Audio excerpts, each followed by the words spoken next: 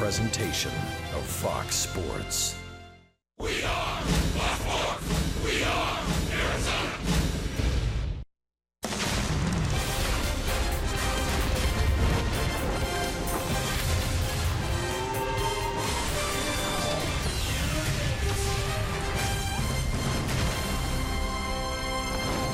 Lower downtown Denver, the Diamondbacks with a chance to finish 7-1 on this road trip by taking 2 of 3 from the Rockies. A win moved the D-backs into a tie with Colorado before we finally head home to Chase Field. May have to dodge some raindrops here today. You never know, it's Denver after all. It's the Diamondbacks on Fox Sports Arizona. Good afternoon from Coors Field, and welcome to the broadcast. Steve Berthiaume and Bob Brenly along the way. The Diamondbacks looking to roll up a 7-1 road trip here. They've had 3 off days on this road trip, Bob, so a chance for Toy Lovello and Mike Butcher to maneuver the rotation a little bit, and Zach Godley winds up with the start here today. Yeah, Zach Godley has some ground ball pitches, which you love here at Coors Field, and all he's done is give the D-backs a chance to win every time he takes the ball. 6 of his last 7 starts have been quality. Part of the reason for that is the way he dominates the top of an opposing order. The 1-2-3 hitters for the opposition this year hitting a combined 108 against Zach Godley. Well, we've talked a lot in this series about the Rockies' rookie rotation. Their best one has been this guy, the 22-year-old Antonio Senzatella. He has been, for the most part, Coors Field proof this year. Yeah, 7-1 here at Coors with an ERA just over 3.5. Now, a lot of that is because he's getting almost 9 runs a game in support from his offense. That certainly doesn't hurt anything. Diamondbacks back over 500 on the road. How does a 7-1 road trip sound? Sounds good to us. We'll get it started in just a moment here on Fox Sports Arizona. It's the Diamondbacks in Denver. Arizona Diamondbacks baseball on Fox Sports Arizona is brought to you by Gila River Casinos. Experience winning like you've never imagined at the Gila River Casinos. Lone Butte, Wild Horse Pass, and Bequiva.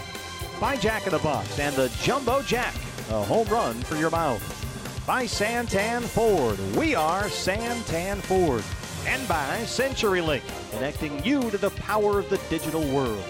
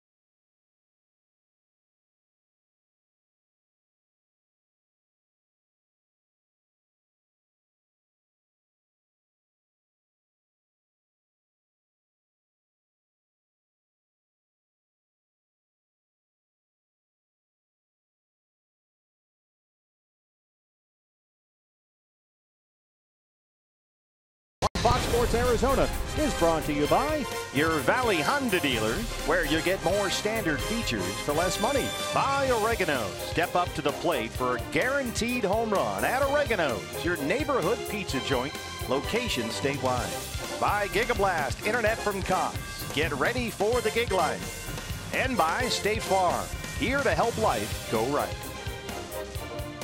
Downtown Denver, cloudy skies overhead. The sun comes and goes. That's what's expected all afternoon long, as the Diamondbacks look to take 2 of 3 here at Coors Field. And the first pitch is next on Fox Sports Arizona.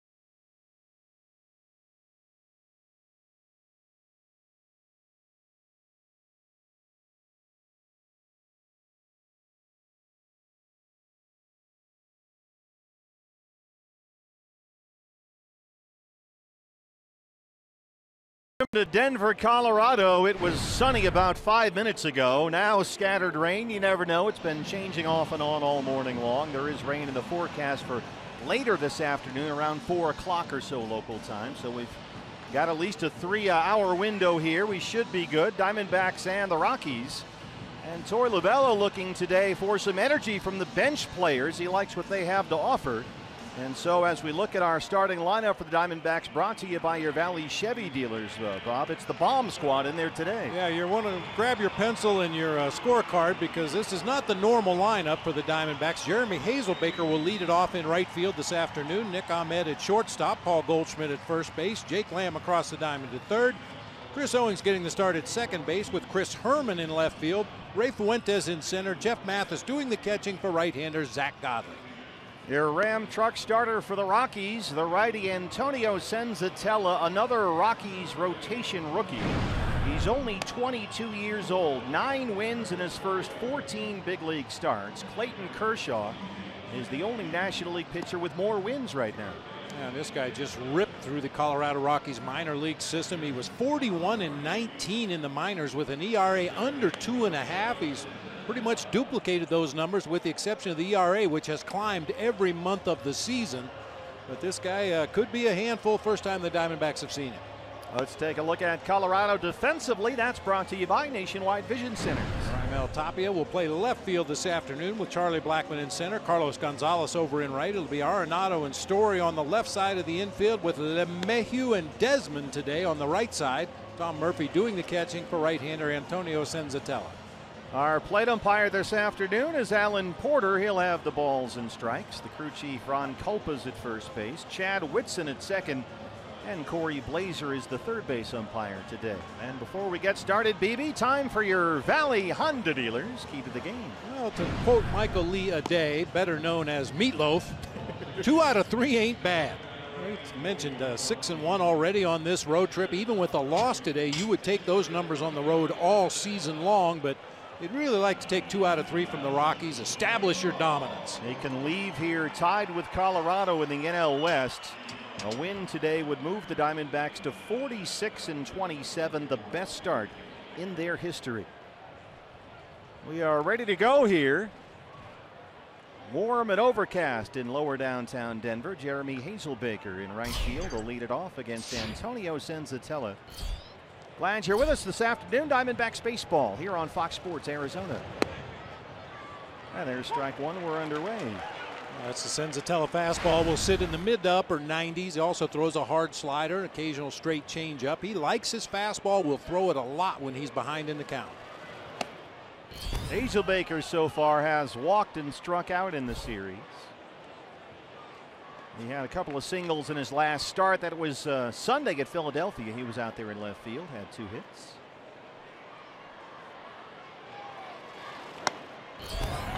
There's that Senzatella fastball, and it's 1-2. As Bob mentioned, one thing you cannot overlook about Antonio Senzatella on his way to 9 wins so far, nearly 9 runs per game in his 14 starts, the highest run support average in baseball. He's been a very good pitcher, don't get us wrong, but that's certainly factored into the equation. Well, we've seen that for the Diamondbacks when they spot the starting pitcher to a big lead early in the ball game and then tack on runs as the game progresses. Pretty tough to lose. 2-2 to Jeremy Hazelbaker.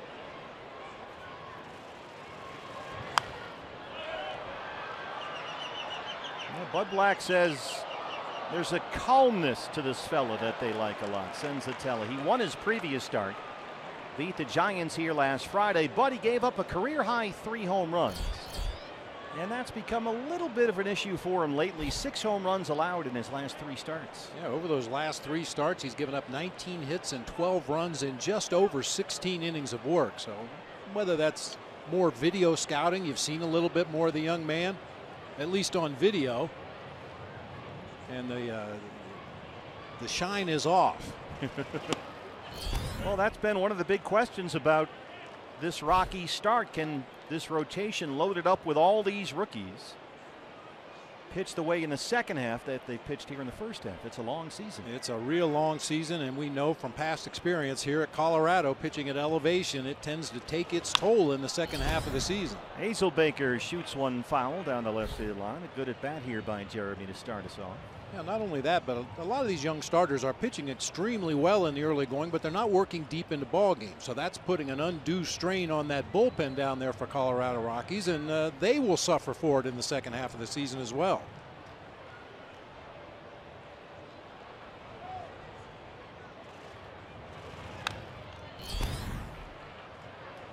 Well, they like to call Antonio Senzatella the Little Prince, El Principito. He is from the same area of Valencia, Venezuela, that produced King Felix Hernandez. So he's King Felix. This is the Little Prince. King Felix was his hero growing up.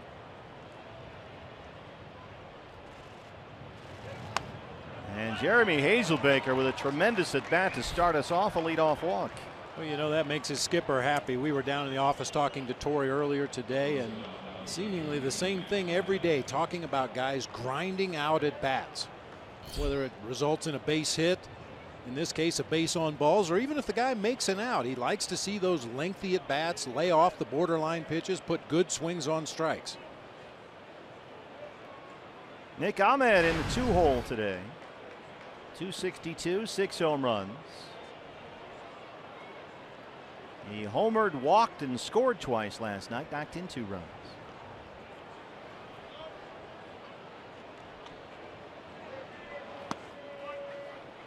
Breaking balls in there for strike one. This was Ahmed last night in the 7th. How about going the other way? Yeah, shoulder high fastball up and out over the plate. He barreled it to right field, got it up there above the out of town scoreboard. Well, with all the offense in the game last night, you would have thought there had been 6 or 7 home runs hit in the game. It's amazing. Third base, Arenado. They get one with LeMahieu, and that's going to be it.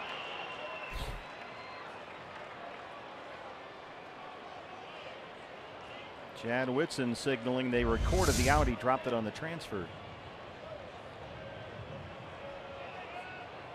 Boy, Arenado got rid of that ball so quickly that DJ LeMahieu was a step or two short of the bag at second when he took that throw.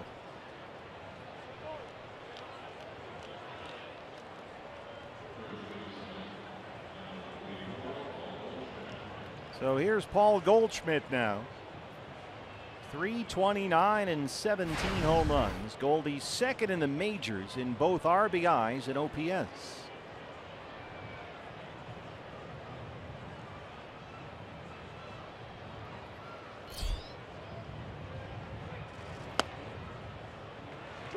I happened to stick my head in the video room this morning when Dave McKay was breaking down some video of Senzatella, looking for those tells, looking for something his runners could get a jump over there at first base, and Dave did say this guy's pretty quick to the plate. And as you mentioned, he throws about 75% fastballs too, so he can be tough to run on.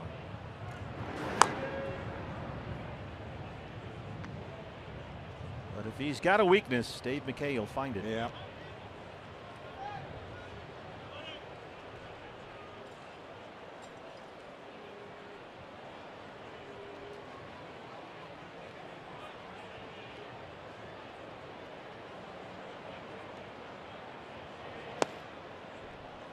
Goldie had a 3-hit night last night. He's doubled and homered in the series. He's scored 4 times. He's knocked in 3. Or pretty typical Paul Goldschmidt series.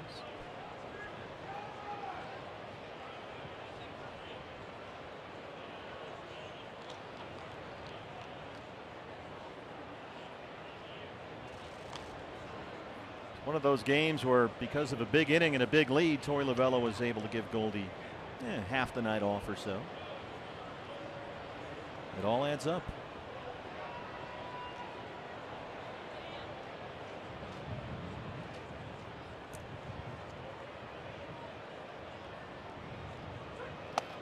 One is a fastball that misses inside. 2 balls and 1 strike. Yeah, Torey actually stuck with some of his starters a lot longer than I anticipated in last night's ball game. Once it turned into a blowout, but even in his first year in the National League as a manager, Torey's seen enough games in this ballpark to know you don't pull the plug on your offensive stars just because you have a lead in the game. So he left Goldie and Jake Lamb in there a little bit longer than I thought he might. 2-2. Well, no lead is safe here, that's for sure. Diamondbacks 3-5 versus Colorado this year. They've won 2 of 3 here at Coors.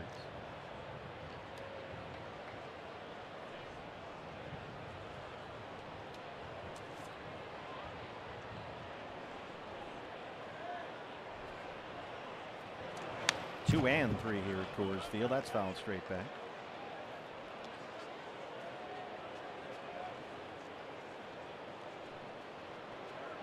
Already turning into a long inning for this young man. And the Major League RBI leader is on deck.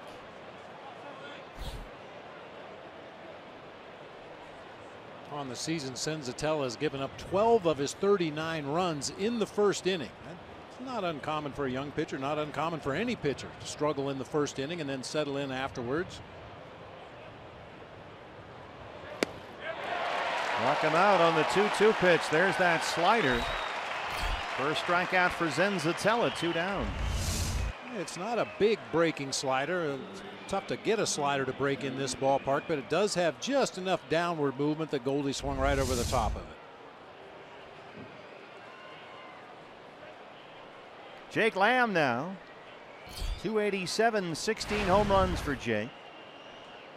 Number 1 in the major leagues with those 61 runs batted in.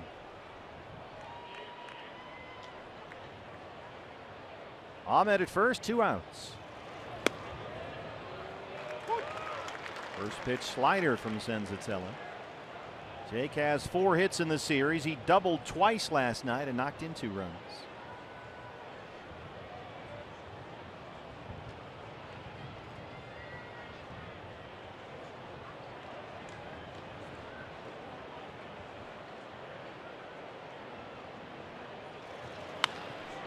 Sends that one out to Cargo in right. Scoreless first, Zach Godley coming up from Coors Field.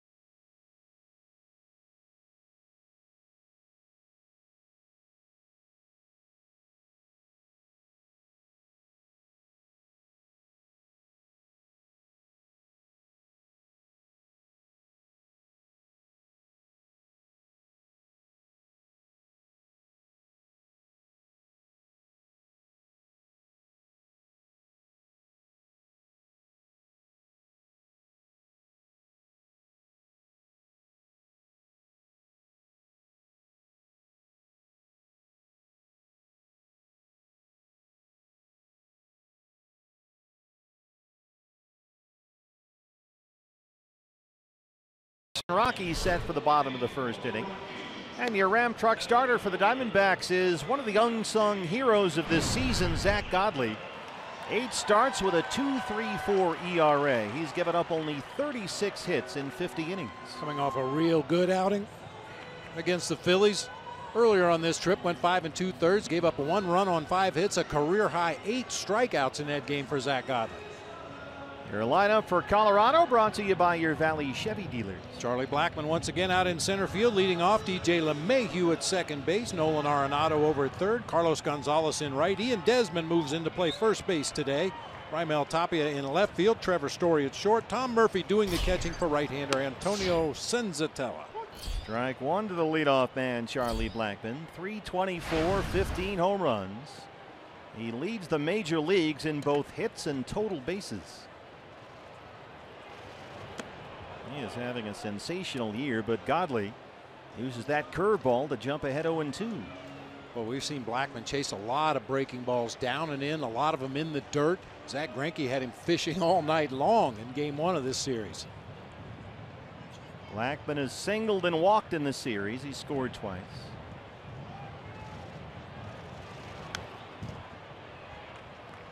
Godley so often we anticipate this afternoon that when he's got 2 strikes on a hitter, he's going to that curveball. It has been a big weapon for him this year. Yeah, it'll be interesting to see how it breaks here at Coors Field today. Yeah.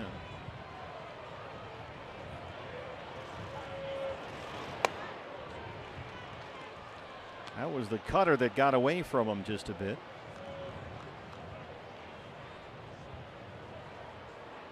DJ LeMahieu, last year's NL batting champion, on deck. That's headed toward the left field corner and slicing foul. Zach Godley has not allowed a hit in the first inning in any of his 8 starts this year. Opposing hitters are 0 for 24 against him in the first inning this season. 1 walk, 10 strikeouts. Nice. Well, you take it first, second, and third inning. He's allowed only 2 runs in 24 innings all season. Fast starter. Yeah, remember against the Phillies in his previous start over the weekend, he struck out the first 4 batters he faced in that ball game. 1-2 on Charlie Blackmon.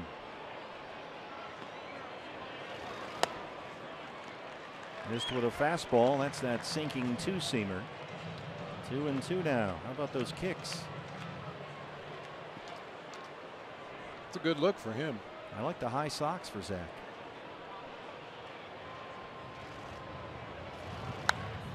This is lifted pretty deep right center field. Hazelbaker backing up, looking up, and it's gone. Charlie Blackmon, a leadoff homer, his 16th of the year. And it's 1-0 Colorado. The first hit given up in the first inning all season long by Zach Godley. You know, partner, I think there's a misconception out there that if a hitter hits a home run, it must have been a bad pitch. Look at the location of this breaking ball. That's almost on the ground, and somehow Charlie Blackmon gets down underneath it, gets the barrel on the ball, and rides it out of here into the D-backs bullpen in right center field. Just the 4th home run given up all year by Zach Godley. So the Diamondbacks, just like last night when they won 16-5, are trailing early 1-0. Here's DJ LeMahieu.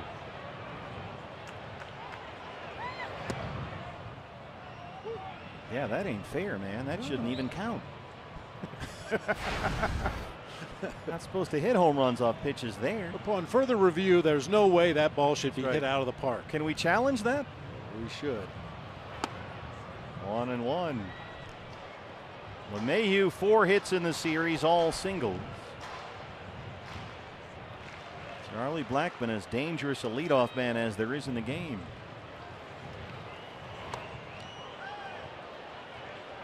Tied him up inside with that 2-seamer. It's 2 balls and a strike. Little discussion here with Alan Porter, the plate umpire. And he's hearing about it from Bud Black, and they're going to have a conference.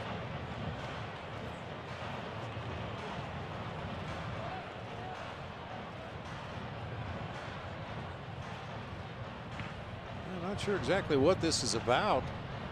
I believe the pitch was a called ball off the plate inside. It looked like LeMahieu checked his swing in plenty of time. I'm not sure what the controversy is. Did they think maybe it hit him? Well, in any case, we play on here. Now Torey Lovullo wants an explanation.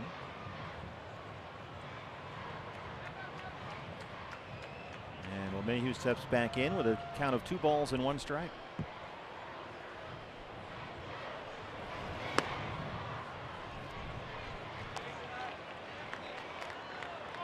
Zach's stayed away from the strike zone with those fastballs lately. Not sure if that's by design or if he's having command issues, but he's behind now on LeMahieu 3-1 with Arenado on deck.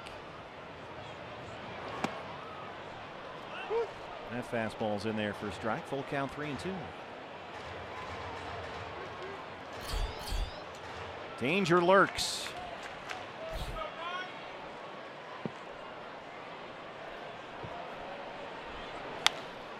On the ground the other way to second. Chris Owings from the outfield grass spins and throws 1 away. Let's take a look at the Diamondbacks defensively this afternoon. It's brought to you by Nationwide Vision Center. Ray Fuentes getting the start in center field. It'll be flanked by Chris Herman in left, Jeremy Hazelbaker over in right field. It'll be Lamb and Ahmed on the left side of the infield with Owings and Goldschmidt on the right side. Jeff Mathis doing the catching for right-hander Zach Godley. Nolan Arenado.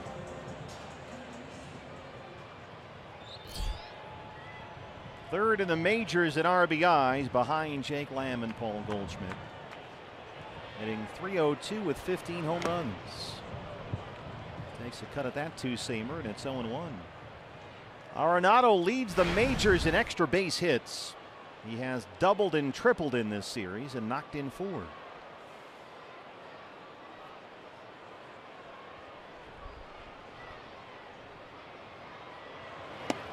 No real defensive alignment out of the ordinary against Arenado, although Goldie is way off the bag at first. He's halfway to second.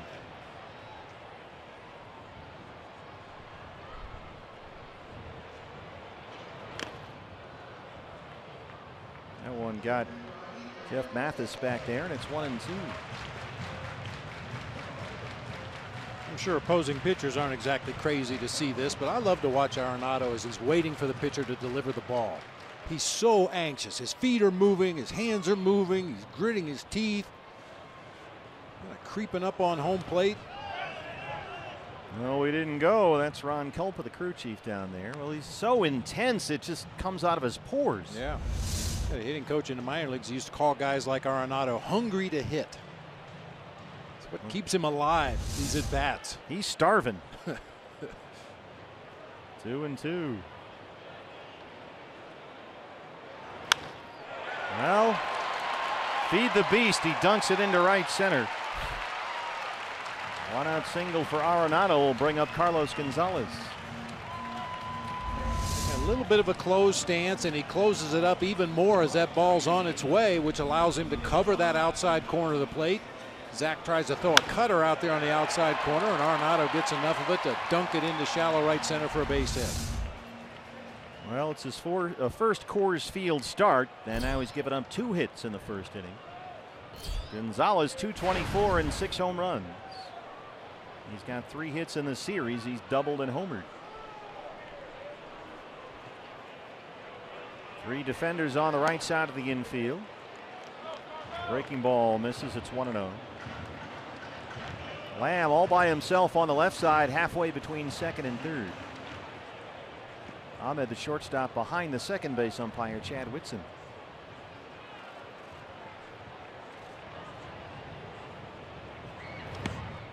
Nice block by Mathis, but it rolls back toward the mound, and Arenado can walk into second.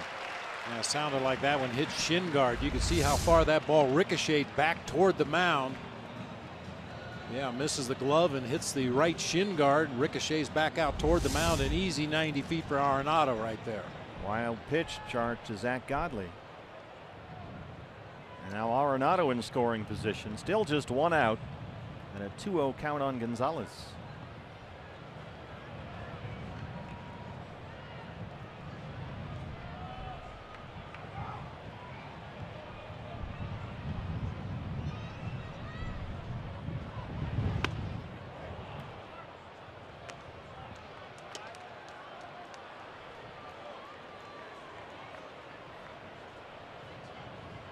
You can hear the wind rustling in our field microphones, gusting pretty good right now, blowing across the field from the right field corner toward the left field corner.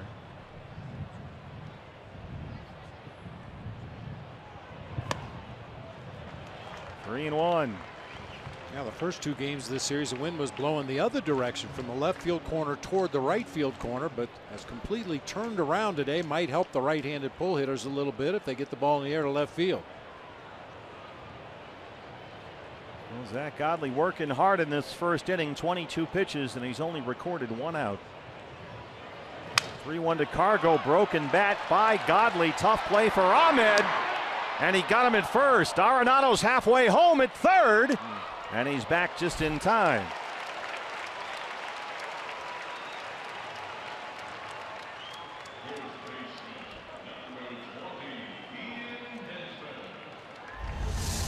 Nice play by Nick up the middle of the field. I think if Goldie had this play to do over again, he would run right at Arenado. Just run straight across the diamond at him. That little soft toss to home plate gave Arenado enough time to get back to the bag at third. If you run at him right here, make him commit one way or the other, then throw to the appropriate base, you might have had a chance to double him off. So he's at third with 2 outs for Ian Desmond. Desmond singled twice last night, 283 and 5 home runs.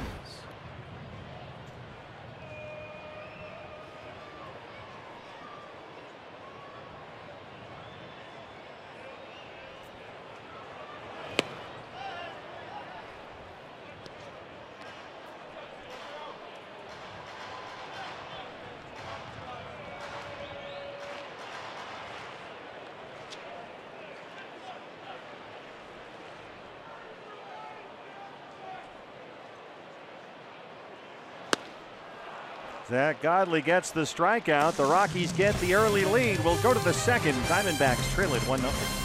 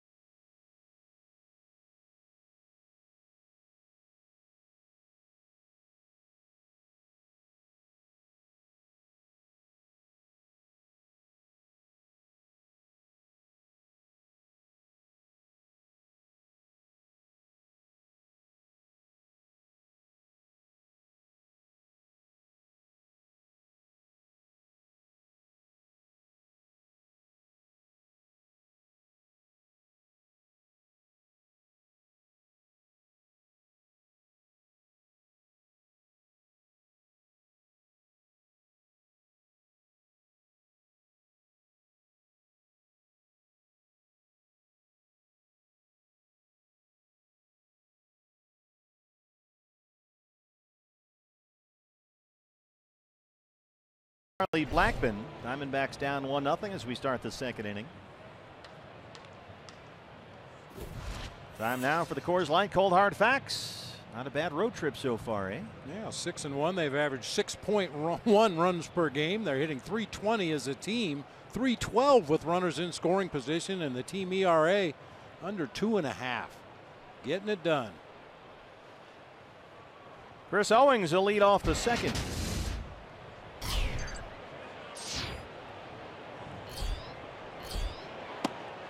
Sun's starting to peek through the cloud cover now. CO the start at second base today. .293, 8 home runs. He singled and had an RBI Tuesday night. He had the night off last night. Boy, in game one of this series, they just pounded Chris Owings inside with fastballs all night long, either on the corner or farther inside.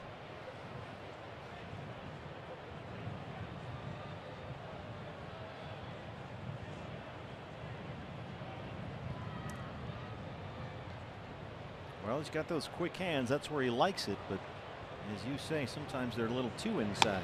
Would you say if a guy's a good low ball hitter, throw it lower than low? Lower if he than hits low. it inside, throw it in. You're going to probably get the swing you're looking for, and because the pitch is so far off the plate, it's more than likely going to be a jam shot. And if you do hit it hard, you're probably going to pull it foul down the third baseline.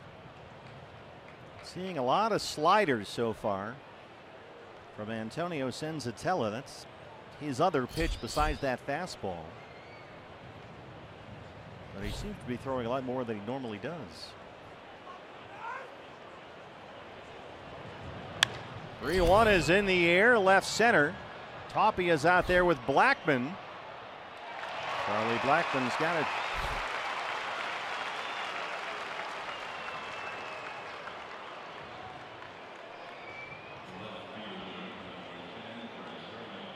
Chris Herman in left field today. Herminator has walked and flied out in the series. 160 on the year with 6 homers.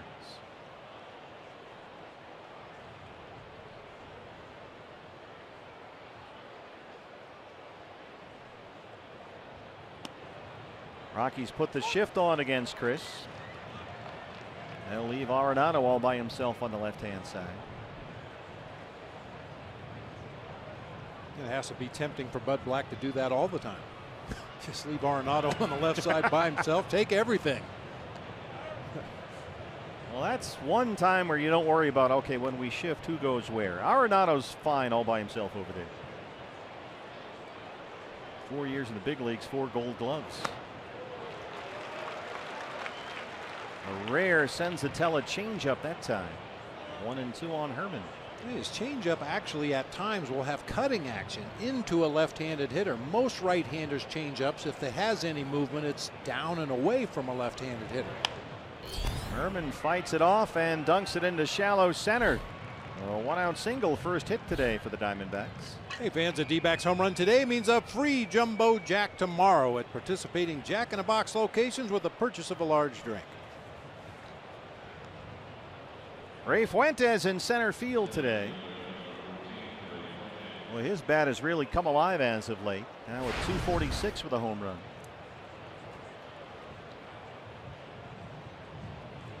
Ray really hustled and beat out an infield single in the game last night. That was in the 9th inning of a blowout. He was really busting it up that first base line. So he's now got a 3-game hit streak going. Another first pitch slider from Senzatella. He's really trying to mix up his look against the Diamondbacks. A guy that throws 75% fastballs. A lot of sliders so far.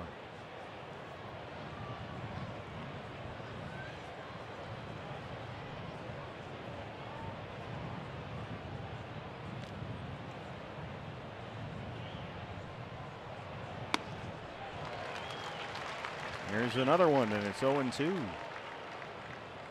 Senzatella's been beating guys basically with the 2 pitches, fastball, slider. Occasional changeup, he'll sprinkle one in there from time to time. But he throws strikes, he moves it around the zone, he uses all 4 quadrants of the strike zone, and he's been very effective. Fastball up, and it's 1-2.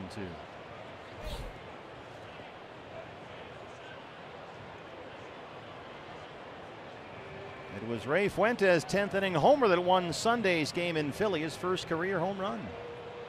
Came on Father's Day. That was a nice touch for him. Dad got the souvenir baseball.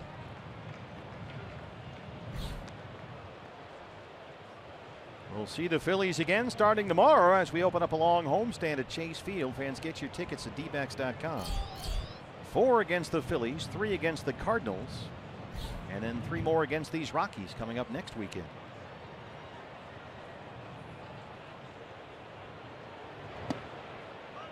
Good at bat here by Ray. Seen some sliders. He's laid off some fastballs, and he's worked at full 3-2.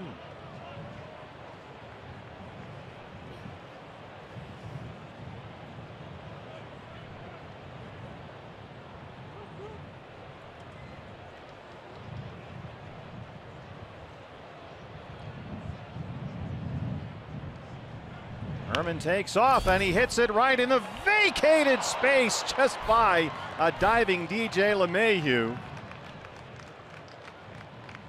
Chris Herman is in at third. Another base hit for Ray Fuentes. Very well placed that time by Ray Fuentes, with Chris Herman on the move. And with Desmond holding the runner at first base, enough of a hole on that right side for Fuentes to sneak it through, putting Diamondbacks at first and third. Hopefully the start of another 4th inning that we saw last night. First and third, first and third, first and third.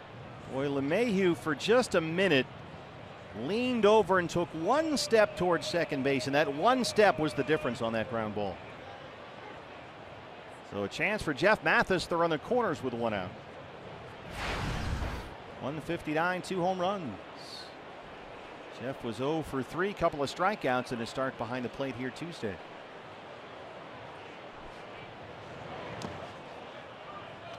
And as you mentioned, Bob, they think that Senzatella is pretty tough to run on. You've got the 8 and 9 hitters coming up. You've got some good speed at first base in Fuentes. Yeah, I've had the stopwatch on Senzatella a couple times with a runner at first base. He never was over 1.2. He's very quick. He comes to a quick set and delivers that ball home.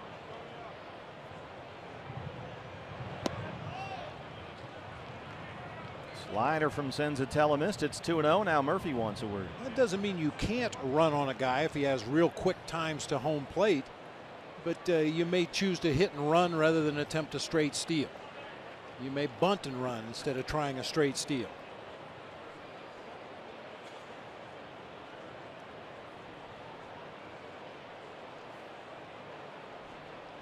What's the difference in this situation between a hit and run and a run and hit? Hit and run, the batter is supposed to swing at the ball no matter where it is. The idea is you're protecting the runner. On a run and hit, that runner at first base is trying to steal the base, and if the pitch is to your liking, go ahead and swing at it, but you don't have to. A run and hit, the emphasis is on the run. We're trying to steal a base. On a hit and run, the emphasis is more on the batter to protect the runner. So it's like a bacon and eggs philosophy. There's the tapper over the glove of Senzatella. Herman comes home to tie it up. Fuentes in at second, and they just do get Mathis. Couple of well-placed balls in this inning. Ray Fuentes snuck one through into right field to put runners at first and third, and then a little bouncer over the mound by Jeff Mathis ties the ball game.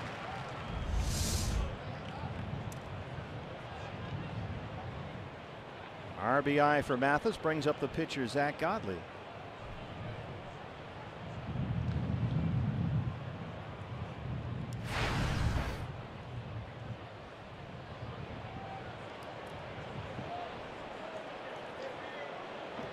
Tack on run down there at second with 2 outs. Most of the damage that came in that big 10-run 4th inning last night came with 2 outs.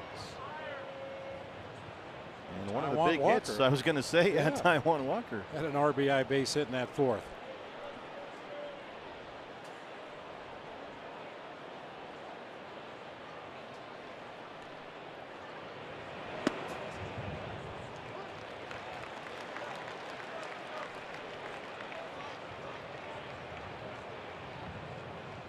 There's Taiwan, got his second consecutive win in the start last night, coming off that blister problem.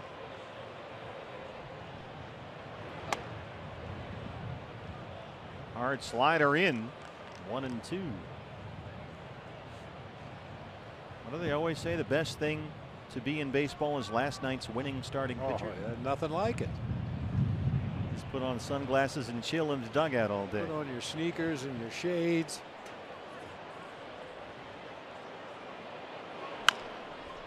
There's a bouncer in the hole. Fuentes has to avoid the baseball. Arenado just does get Godley at first, but the Diamondbacks get the equalizer across. We're tied at 1 in Colorado.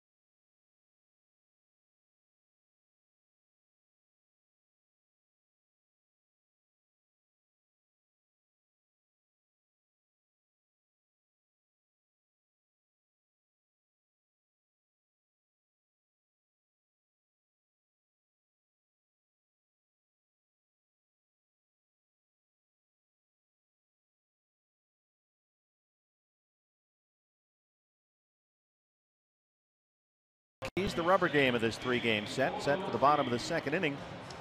But before we get going here, let's take a look at the Unlimited Baseball Break. It's presented by T-Mobile. Kyle Schwarber, BB. Ooh. The Cubs sent him to the minors. How about that?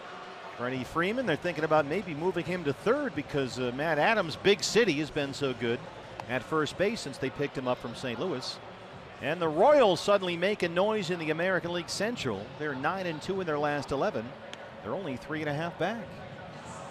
So maybe they won't trade Lorenzo Cain and Mike Moustakas and Eric Hosmer and everybody like people thought they might this year. A lot of those guys are coming up on free agency. 1-1 ball game now for Zach Godley after a long first. And Raimel Tapia will lead off the Colorado second. Tapia in left field today. This guy's a very exciting young player, only 23, does a lot of things well. He tripled and scored last night, 1 for 3 in the series, Tapia. Nick Ahmed checking in with Zach Godley before we get started.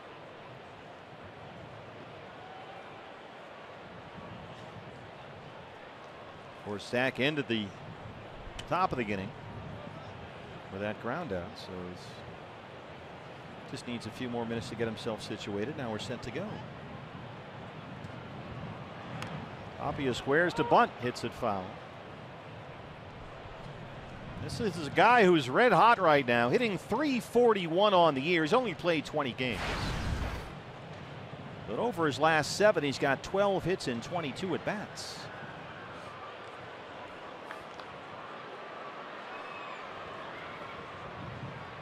Bud Black, the skipper. Mike Redmond, the bench coach, on the left there. Right to Goldie at first.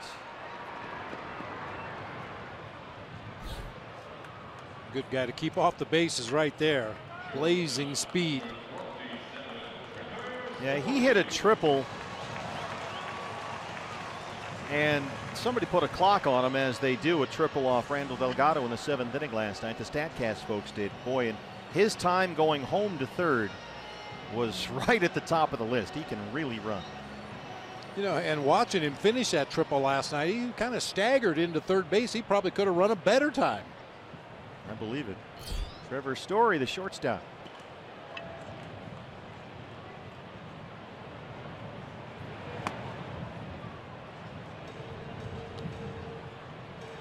Trevor Story 0 for 4 last night, couple of strikeouts. He singled twice in Tuesday's series opener. 229, 10 home runs. That's another one off the mask of Jeff Mathis.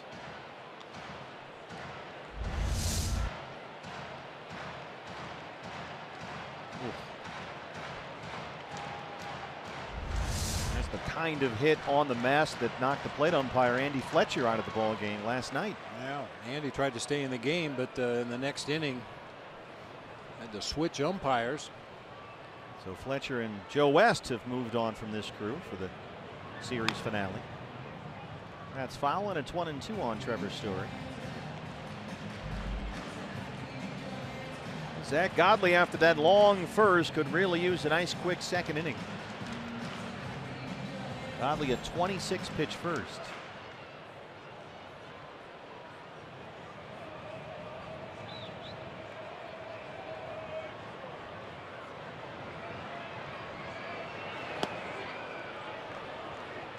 Here's that curveball again, his favorite pitch with 2 strikes. Story lays off, and he's even 2-2.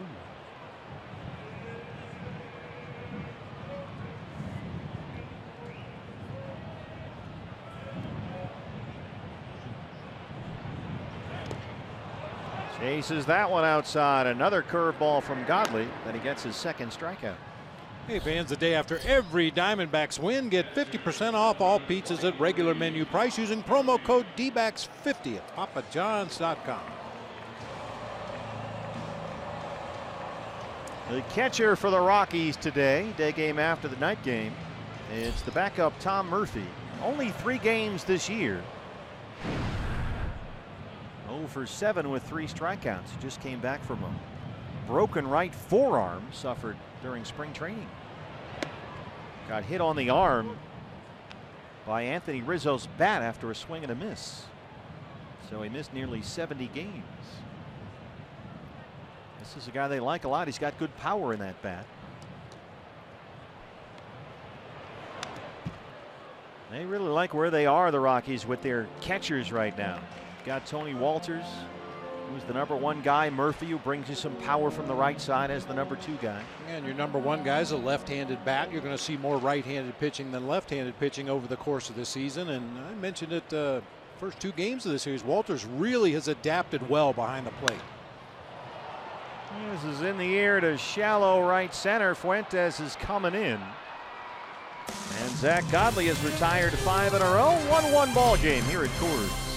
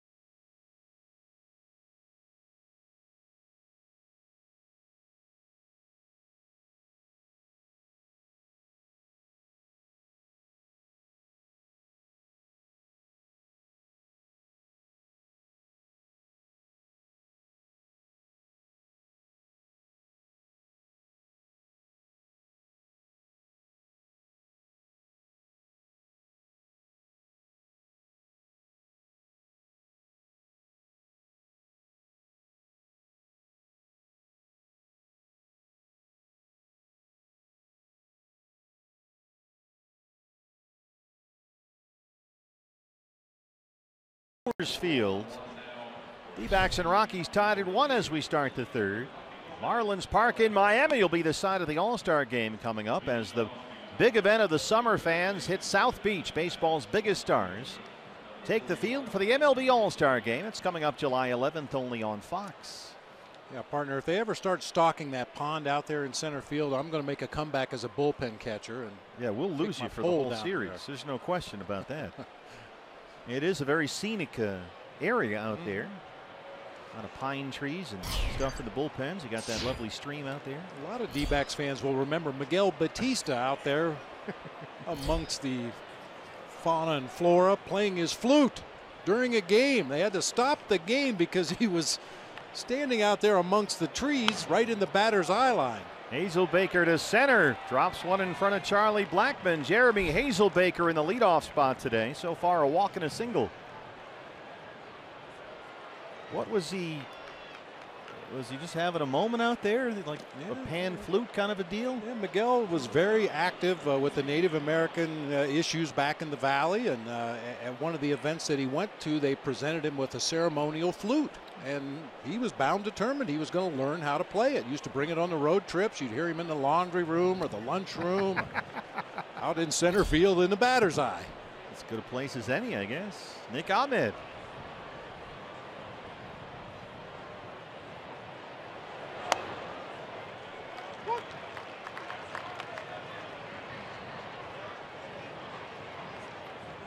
Nick Ahmed really does well in this ballpark. Most guys do. It's Coors Field after all, but he's hit safely in 10 of his last 11 games here. And he's a .367 career hitter at Coors Field. He's homered here twice, including an opposite field homer last night. Little tapper, Arenado. No problem. He is so smooth down there. It's almost not fair. Well, it's a statement as to how good Nolan Arenado is. When he does make an error, it catches everybody in the world by surprise. I mean, that's not an easy play. Bare hand throw all in one motion to get a fast runner at first base by a couple of steps. This guy's a special player. There's no getting around it. So now Murphy out to the mound. They have a plan here for Goldie with Hazelbaker at second and 1 out. Goldie struck out his first time up. But now he gets his second look at the rookie, Antonio Senzatella. And that made a huge difference in the game last night for the Diamondbacks against rookie Jeff Hoffman. Goldie belts it into center. Hazelbaker will come around and score another RBI for Paul Goldschmidt. That's number 61 on the year to tie him with Jake Lamb for the major league lead. And it's 2-1 Diamondbacks. First pitch slider up in the zone. Goldie bangs it right back where it came from. Boy, he's going out of his way here, Bob, it seems, to throw sliders early in the count against these D-backs hitters. Yeah, which is totally against what he's done all season long. He's had great success pounding that fastball in there against opposing hitters, but kind of going away from his program here today. So Hazelbaker gets the leadoff single. Ahmed is able to move him over to second. And Goldie drives him in. Now here's Jake Lamb. I think the Rockies are going to appeal that Jeremy Hazelbaker missed third base. Let's see. Arenado is standing on the bag at third. He'll come set, step off the rubber, check at first, and then throw across. And he's called safe by Corey Blazer, the third base umpire. Jeremy really cut the corner hard, which is what Dave McKay and Torey Lovullo like to see the D-backs base runners do. And Bud Black apparently thought he cut it a little too short and didn't make contact with the base. Jake lined out to right field his first time up.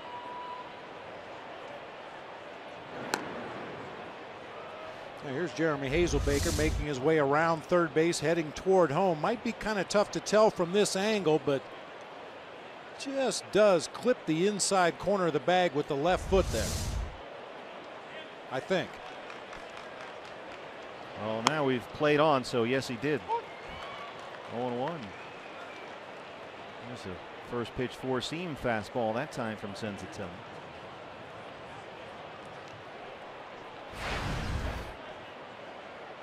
Jake with a 7-game hitting streak. He's hit safely in every game on this road trip.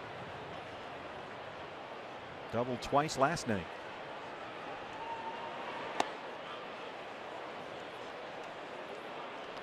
Doubles up on the fastball, and it's 1-1.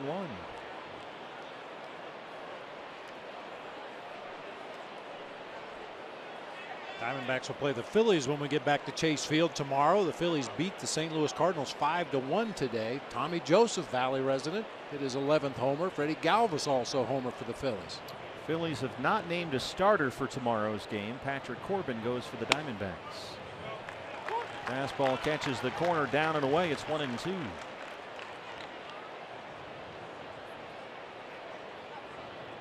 We'll see Ben Lively pitch for the Phillies on Saturday. Former D-back Jeremy Hellickson on Sunday, and Nick Pivetta gets the start Monday.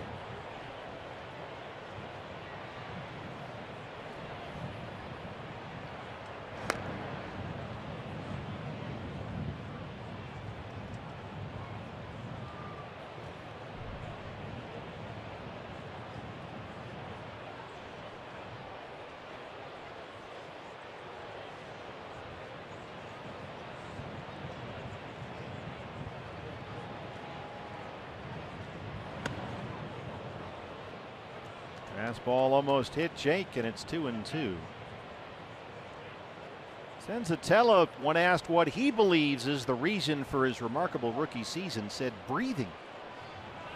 Because he admits he does get nervous with runners on base, but he's already learned that you've got to keep it simple. So on the mound in these situations, he tells himself, breathe and then throw a strike. And that's pretty much what he's done, except right there, it's full 3-2. Good advice for a 22-year-old in the big leagues. Yeah, breathing helps. We've really seen hard to compete if you don't breathe. It's true. We've seen Robbie Ray do that, where he takes a sort of that big deep breath and does that thing with his lips. Yeah, I mean, we're having a little fun with it, but yeah, it's controlling your heartbeat, controlling your breathing out there on the mound. Don't let yourself get too overly excited. Now that stood out to Bud Black in spring training this year with Senzatella. He said, you know, there's just a calmness with this guy that they really like.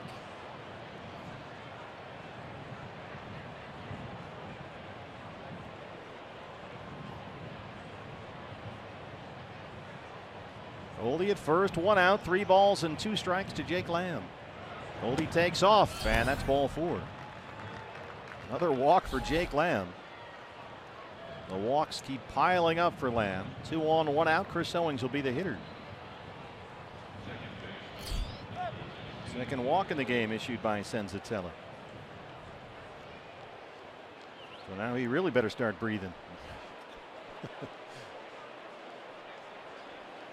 Well, you know, it's something that's kind of fun if you keep your eye on it the rest of the season. If you're at the ballpark or watching a game on TV, how many times they take a shot of the pitcher and he's out there like he just finished a marathon. You know, you're throwing one pitch every 30, 45 seconds. You shouldn't be winded out there on the mound. I think that's when some pitchers get a little too caught up in the moment. They start breathing faster. Their heart starts beating faster. Makes it much tougher to execute pitches.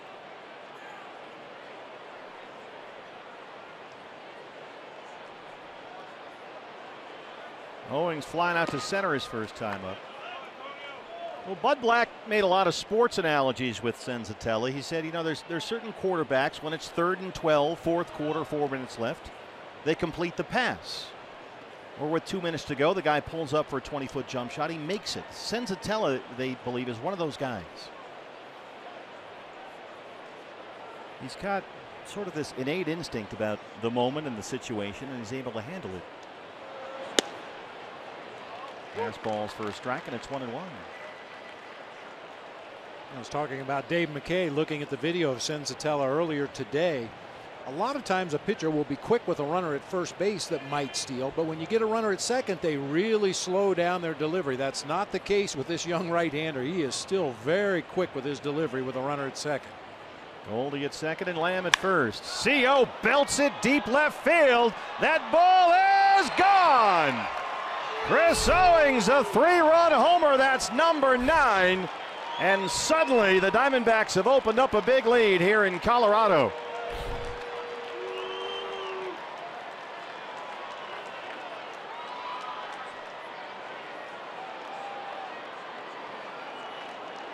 Well, that looked like the home run he hit in Philadelphia, a line drive rocket. Down and in at 93. Oh, nice. Down and through it. Got great backspin on that drive to left field. Tacos, BB. Oh, already. Tacos for breakfast. And the Jumbo Jack all in one shot right there Nice. for you. Chris Herman. Jumbo Jack off the bat of Chris Owings. A free Jumbo Jack tomorrow with the purchase of a large drink at Jack in the Box. 407 feet, the line drive homer by Owings has made it 5-1 Diamondbacks. Chris Herman, the left fielder today, he singled and scored in the second.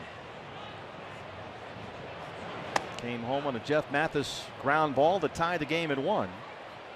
But now the Diamondbacks have plated 4 here in the third.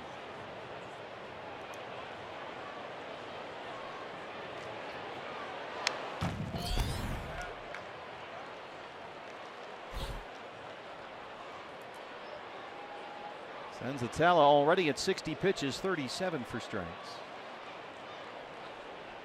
Chris Owings. CO's now got an 8-game hitting streak.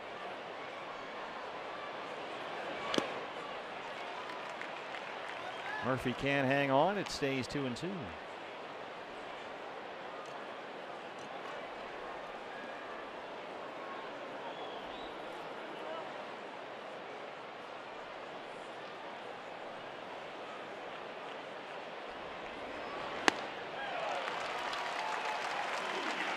Well, Coors Field is Coors Field, so you feel a lot better about last night's 10-1 lead than you do about this 5-1 lead, so no need to stop now.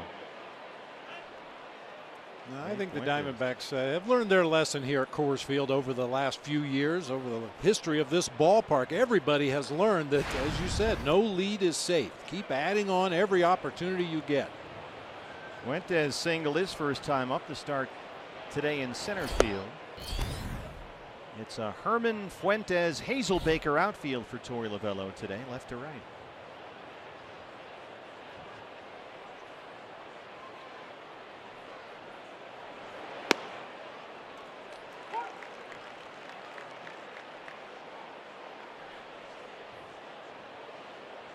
Hazelbaker, a walk, a single, a run scored. Owings, a 3-run homer. 5-1 D-backs. 1-2 on Fuentes. Another slider from Senzatella.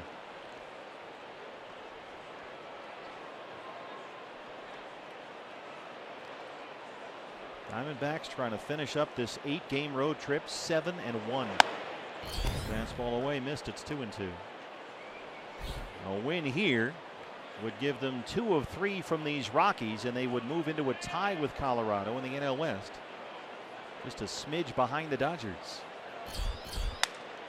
Broken bat. Arenado's there. He's got it in fair territory. But the Diamondbacks put 4 on the board in the third. It started with a Goldie RBI single, and then Chris Owings comes up and hits his 9th home run this year, a 3-run shot. We're at Coors Field where it's 5-1 D-backs.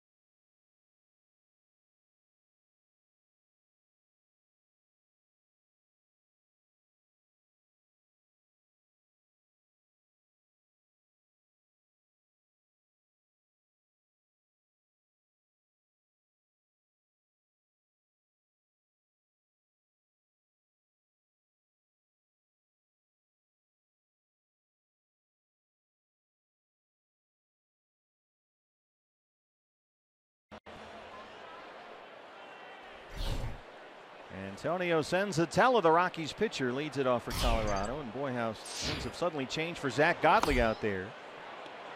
Zach today gave up a leadoff home run to Charlie Blackmon. One batter in, he was down 1-0. But boy, he set down 5 in a row and suddenly finds himself holding a 5-1 lead. It was a bumpy first inning for Zach. 26 pitches in that first, but he bounced back with a 10-pitch second.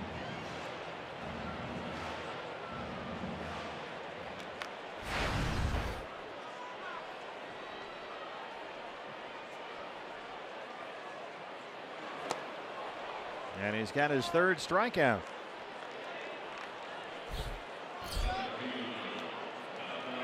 Hey fans, this weekend's D-backs baseball games will be televised in Spanish on the Fox Sports Arizona Plus channel against the Phillies. Coverage begins tomorrow at 6:30, presented by your Valley Honda dealers and streaming live on Fox Sports Go.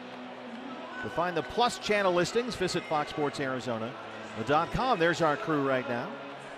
The great Oscar Soria handling the play-by-play duties on the left there. I don't know who that other guy was. Just kidding. That's the former mayor of Benson, Arizona. That's right. How'd that go, by the way, when he was mayor? I think there were a few investigations. Not really sure. Blackmon homered to drive in the only Rocky run so far.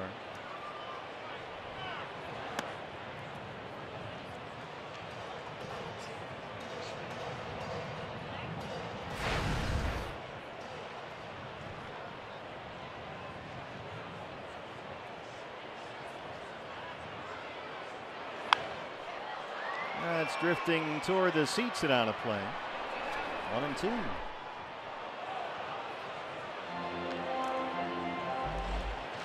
Zach Godley coming off a no decision in his previous start. That was Saturday in Philly. A 5-1 D-backs win. It was 1-1 until a 4-run 7th, so Zach didn't factor in the decision.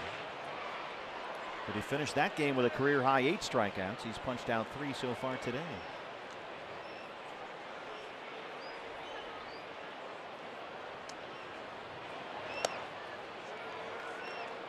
That's that cut fastball. Zach has really changed what he throws this year. He used to throw that cutter a whole lot, but this season he's thrown it less than half the time that he threw it last year.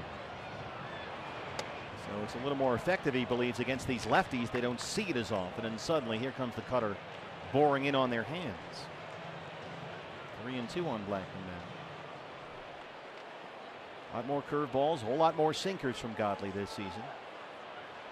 Fewer cut fastballs.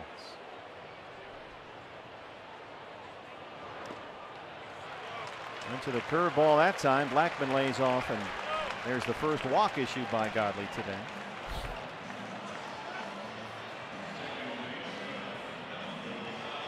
Brings up DJ LeMahieu, who grounded out his first time up.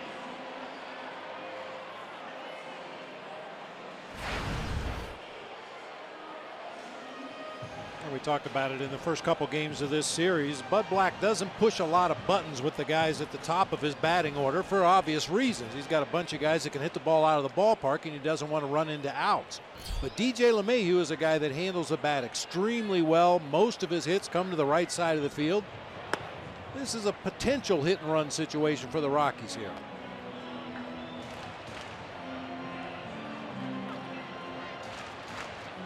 Yeah, LeMahieu only pulls the ball about 25% of the time, fewer than just about any hitter in the game.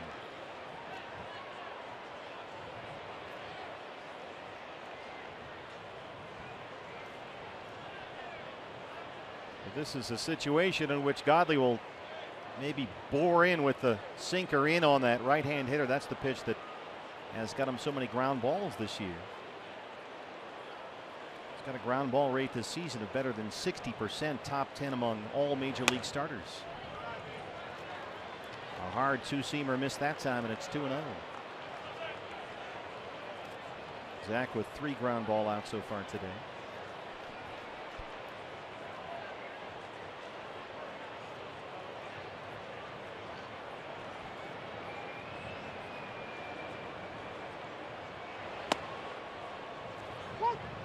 Sticking with that two-seamer to the right-hander. Caught the strike zone that time. It's 2-1.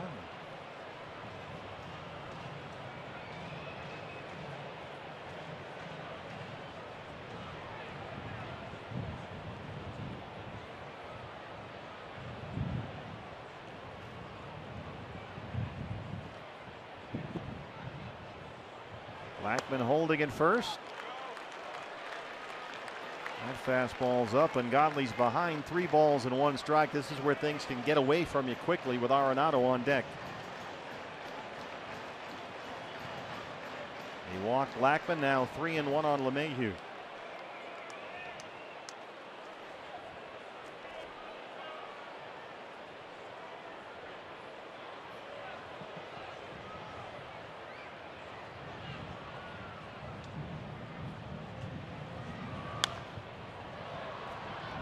Three and 2. Back to the sinker that time.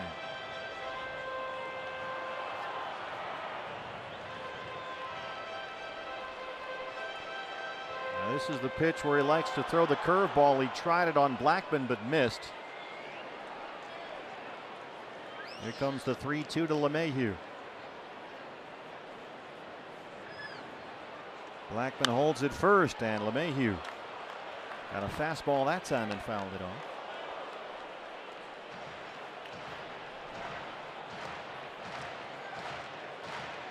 We talked a lot this year about the number 2 spot in the Diamondbacks order. What a great spot that is to hit in, behind the leadoff guy, whoever that happens to be on a given day, and in front of Paul Goldschmidt. Well, DJ LeMahieu's got a pretty comfortable rocking chair right here too. Off the glove of Godley. What a stop by Owings. Ahmed turns it. What a play. Godley deflects it right to Owings, and Nick Ahmed converts the double play, and there's that ground ball that Godley was looking for. We're through 3. It's 5-1 Diamondbacks.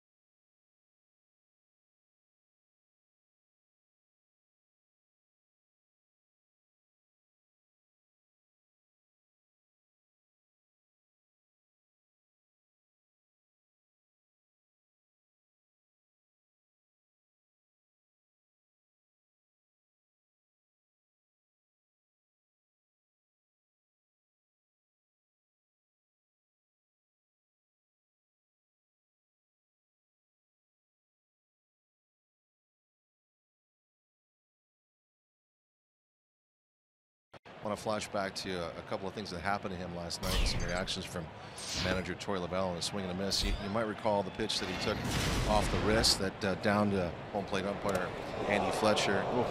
Everyone said afterwards that the heart skipped a beat just watching that. Troy Lavelle went out of his way to say, you know, there's a time and a place. There's a ground ball base hit. Jeff Mathis, a base hit. He knocked in the Diamondback first run, so a good day for Jeff here. Indeed. You know, time and a place for pitching inside, but certainly not up and in on a guy like Chris Iannetta, especially after what happened. But you also might remember late in the game when he rolled his ankle out at second base, and this was that play. And remember when Torey Lovullo went out to talk to him, and this is what I love about Chris Iannetta and the way he goes about his business and plays his game. The first thing he said to Torey when Torey came out, "I'm sorry you had to come out here." Oh, man. And guys, I will tell you, there's so many great stories about this team, the starting pitching, the entire pitching staff, and there's a bunt foul, and all the offensive exploits. But I think maybe when this season is all said and done, we look back, it's that the triumvirate of the catching core that really feels like it's the foundation and the heartbeat of this team in so many ways, the way they go about their business. Well, we're not even to the All-Star break yet, and I know a lot of our fans watch other games around Major League Baseball, and those teams that are running those catchers out there on a daily basis, you're going to start to see some production drop off. That's obviously a physically grinding position back there behind the plate, but also mentally getting your pitcher through a ball game, executing a game plan according to the advance reports.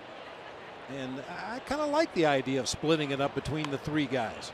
Godley gets the bunt down. Senzatella has one play. They move Mathis along. And, you know, Iannetta has brought, first of all, he's a very good defensive catcher. And he's had very good pitch framing numbers over the course of his career. But Mathis has brought some outstanding pitch framing. And that's the thing we heard a lot about this spring and this winter. But if you want to read more about what Mathis has brought to the Diamondbacks, there was a terrific article by Steve Gilbert on the D-backs page at MLB.com talking about pitch framing and what a massive improvement the Diamondbacks have had this year versus last year with these two guys. There just seems to be no nonsense about any of those guys behind the plate. And I think it's translated to the staff too. That rotation just feels that way to me, just watching the way they interact and the way things go. Last year the Diamondbacks were 28th out of 30 teams in pitch framing, which is getting borderline pitches or pitches that were just outside the strike zone called for strikes. Now they're number 2. So it's a pretty big improvement, 28 to 2. From one end of the spectrum to the other. So Steve wrote a nice piece about that. You can read it at MLB.com, Diamondbacks page. You know, and being a former catcher, pitch framing, it helps a lot if your pitcher throws the ball close to the target. You know, if you're set up low and away on a right-handed hitter and he whistles one up and in, it's pretty tough to frame that pitch and make it look good.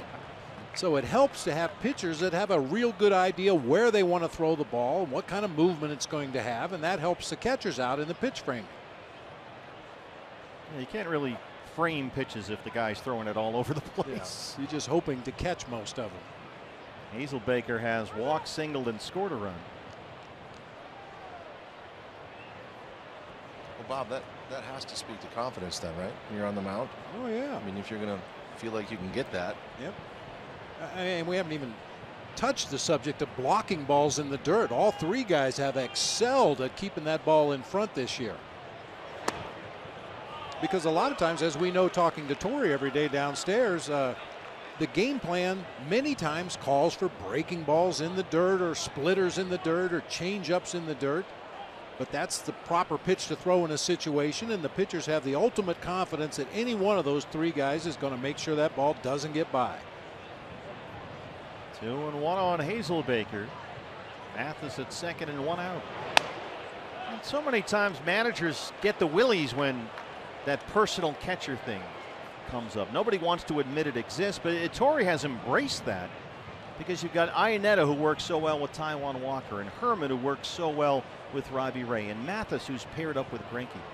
I mean, well, why not embrace that idea, no?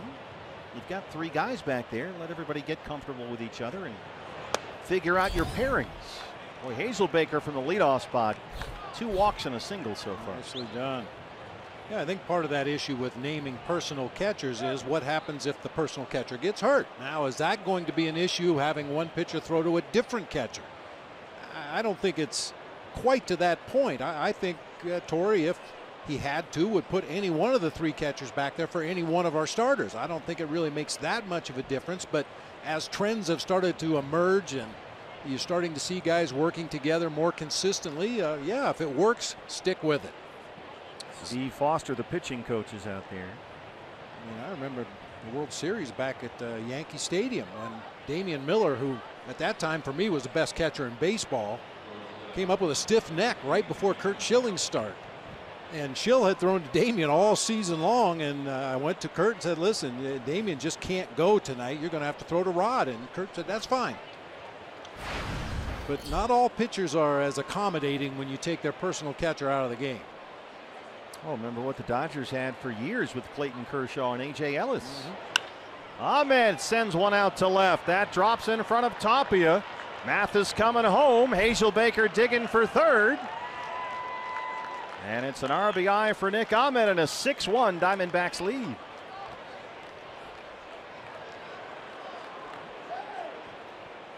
He's kind of soft served it out there into left center field.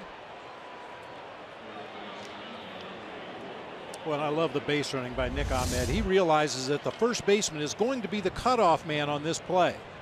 Ball is stroked out into left center field. Nick realizes there's nobody here at first base. I'm going to go halfway, and if they mess that up at all, I'm going to advance into scoring position. Eventually, the Rockies got it safely back into the infield. Nick had to turn and hustle back to first base, but that's just good, aggressive, intelligent base running, knowing where the defenders are. Now you've got the co-leaders for the Major League RBI title back-to-back here with one out and runners in the corners and a run in. Goldie had an RBI single and scored his last time up. Lamb on deck.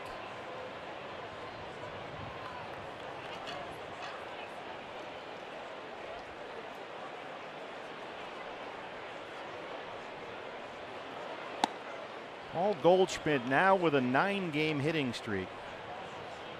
During that streak, 4 doubles, 4 homers, and 14 RBIs. He's so relentlessly consistent that, and you brought this up a few times, we almost kind of overlook what he does, which is mind-boggling when you look at the numbers. Kind of take it for granted. He's just been so consistent for so long.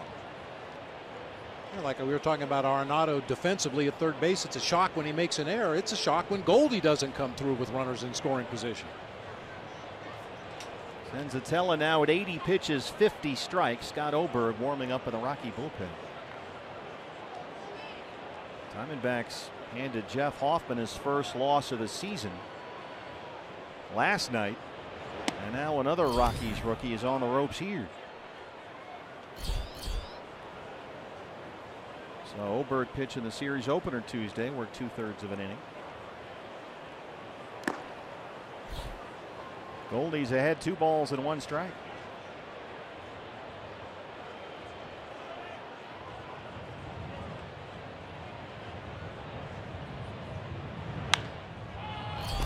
In the air, pretty deep right field. Gonzalez looking up, and there it goes! Paul Goldschmidt, the 3-run homer. That is number 18. And the Diamondbacks are doing it again here at Coors Field. It's 9-1.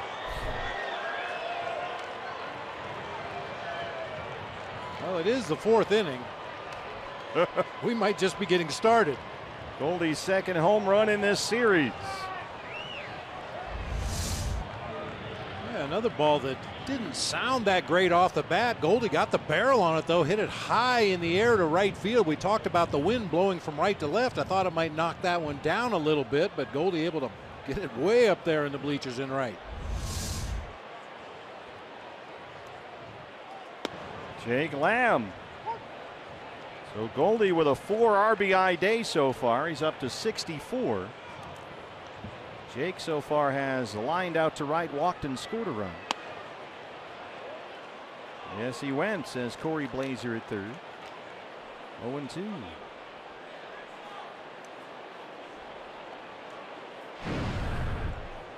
Jumbo Jack, free Jumbo Jack tomorrow with a purchase of a large drink at Jack in the Box. LeMahieu's out there with the shift on and takes a base hit away from Jake Lamb.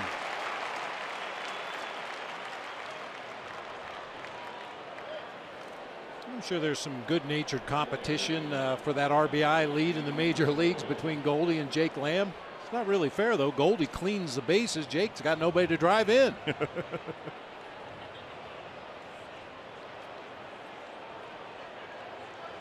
Goldie homered here Tuesday night. Last night had 2 doubles. No, pardon me. 1 double, 2 singles. And today a single and a home run.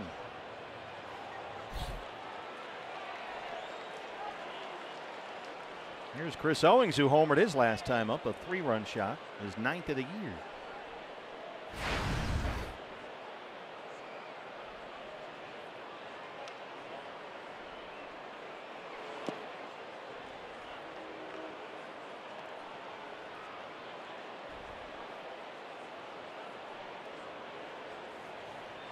This is back-to-back starts for Senzatella. Gave up 5 earned runs his last time out against the Giants in 6 innings of work, and getting banged around here pretty good by the D-backs today. And he retires Owings to end the inning. Diamondbacks score 4 in the 3rd. They add 4 more in the 4th. Paul Goldschmidt goes the other way, his 18th of the year. And in the bottom of the 4th in Colorado, it's 9-1 Diamondbacks.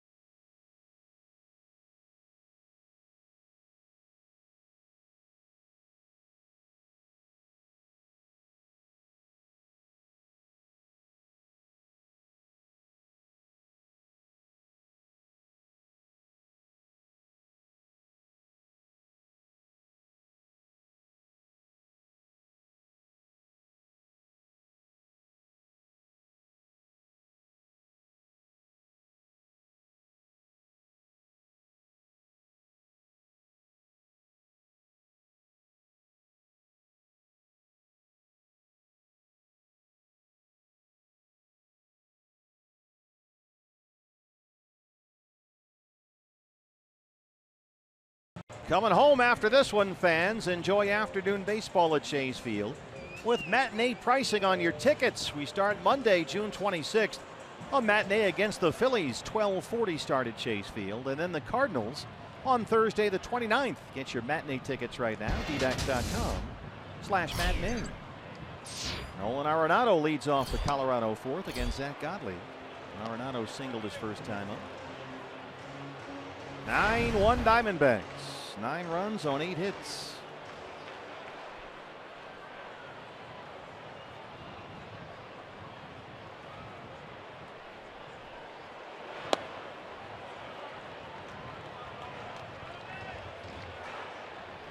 This is just like last night. Diamondbacks were down 1-0 after the 2nd inning on a Mark Reynolds homer. The Rockies had a very early 1-0 lead here today. Charlie Blackmon hit a leadoff home run. And now that 1-0 deficit is a 9-1 lead. Up into that win, and Hazelbaker runs it down, 1 away. That was a nice recovery by Jeremy Hazelbaker. Kind of lost his footing out there as he initially broke on that ball. Had to recover quickly and come running in to make the catch right there.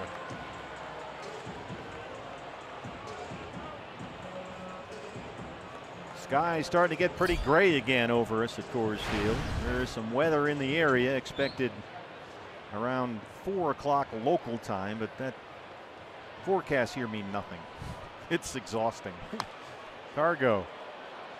I know you've got all your equipment over there. What do you see? Lots of clouds. Don't see anything real threatening. They might get a sprinkle or two, but I don't think it's anything that should stop play for any amount of time. You know, weather reports in Colorado are a lot like lines on the roads in New York. Nobody pays any attention. They're just suggestions. It never fails. Whatever the weather is when you walk from the hotel to the ballpark, it will be the opposite of that during the game. As Gonzalez strikes out. 4 strikeouts for Godley, 2 down in the 4th. Here's Ian Desmond, who struck out to win the first.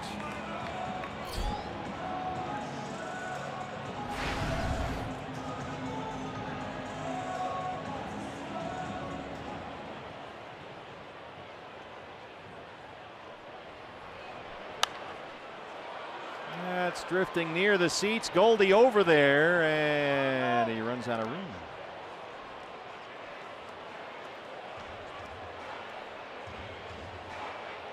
Ian Desmond's first year with the Rockies after signing that $70 million free agent deal. And he's hitting over 300 at Coors Field this year, at least coming into today. But he hasn't really taken advantage of this ballpark the way you thought that he might. He's down 0-2. I mean, at home he's getting just over a 30-point bump from his batting average on the road, but he's only homered once in this park all year. Boy, go figure. And what's really odd is that in 22 games at Coors he's played this season with the Rockies, he's got only 4 extra base hits. And when they signed Ian Desmond, it was a big deal. 5 years, $70 million, the biggest free agent position player they'd ever signed in terms of money. And he strikes out again. They thought he'd hit all kinds of doubles and homers, but it just hasn't happened for him yet. A 1-2-3 fourth for Godley. It's 9-1 Diamondbacks.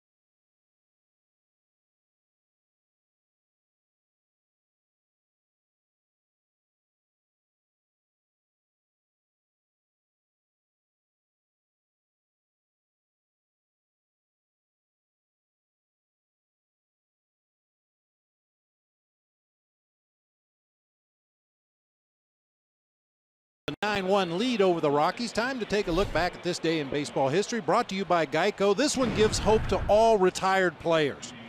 Back in 1999, even though he'd been dead for 51 years, Hack Wilson is awarded another RBI.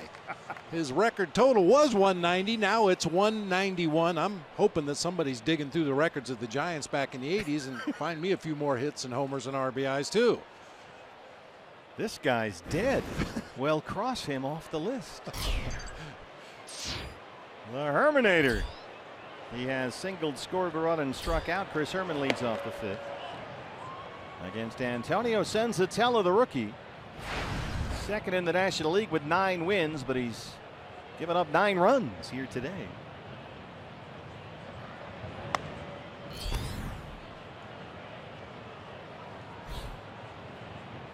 That Hack Wilson missing RBI was discovered by Jerome Holtzman. It happened in a game in 1930. A third-inning single drove home a teammate when Hack Wilson was playing for the Cubs. How did Jerome Holtzman even find it? The question is, why would he find it? Fun to go through old box scores and stuff, but there's a limit. Ray Fuentes now. Well, 190, 191. That's a pretty good year, no matter how you slice it and dice it. Ray singled in the second. He's 1 for 2. He's now at safely in 4 straight games.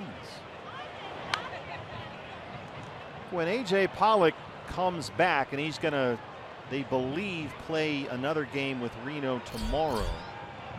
But all that is a little tentative right now. They're depending on AJ for feedback, see how he feels and whatnot. But they're going to have to make, it would seem, some kind of a decision about, all right, well, if AJ's back, then who goes? And Fuentes and Hazelbaker are seemingly in that battle right now. And the Rays look better and better here over the course of this road trip. 2 down now for Mathis. One last note on Hack Wilson. The guy that drives in 191 runs in a season. You think he was a big hulking power hitter. He was 5'6". He did weigh 190, so he was put together, but he was only 5'6". He didn't need to lose weight. He just needed some height. He needed to grow a little bit taller. It's been a good day at the plate for Jeff. He had an RBI ground out to tie the game in the second, 1-1. And he singled and scored his last time up in that 4-run fourth.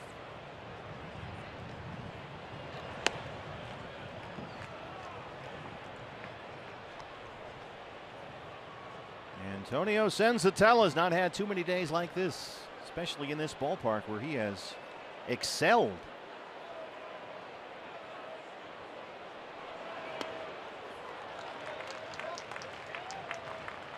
Senzatella, keep in mind he's a 22-year-old rookie. 7-1 in his 8 starts here at Coors Field coming into this game, and now suddenly he's down 9-1. His ERA here was 3.68. But eventually Coors Field will find you.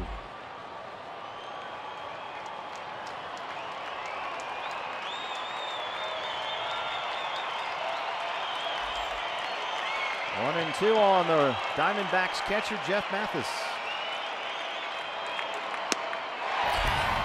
Senzatella works his first 1-2-3 inning of the ball game. Diamondbacks lead the Rockies 9-1.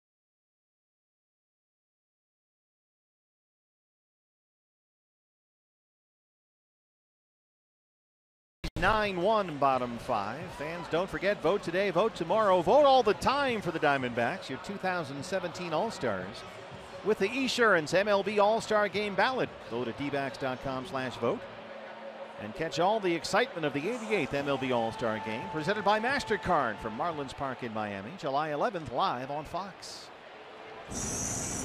Matt Godley has retired the last 4 Rockies he's faced. Raimel Tapia leads off the Colorado 5th. Goldie's got it at first. America's first baseman. Boy, he just makes those look routine. That's one of the things I've loved about Paul Goldschmidt since the first day I saw him. He wants to take every out at first base by himself. The less you can get the pitcher involved in the game defensively, the better off you're going to be. And I think Goldie realized that very early on, and he takes him himself whenever he can. Trevor Story, the shortstop, Zach Godley has not given up a hit since Nolan Arenado's single with 1 out in the first inning. After that Arenado single, Godley retired the next, 6 he faced. He walked Blackman with 1 out in the third, got LeMahieu to hit into a double play. And since the walk to Blackman, he's retired 5 in a row.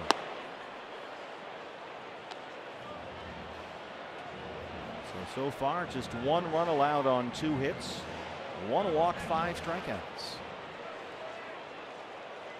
Under increasingly threatening skies here in Denver.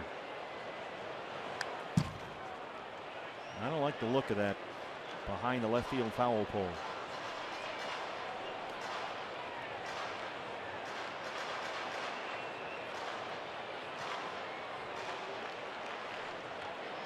There is some weather in the area. Wasn't supposed to get here until about another 90 minutes or so from now, local time. But it's getting a little dark. Lights are on here. 2-2.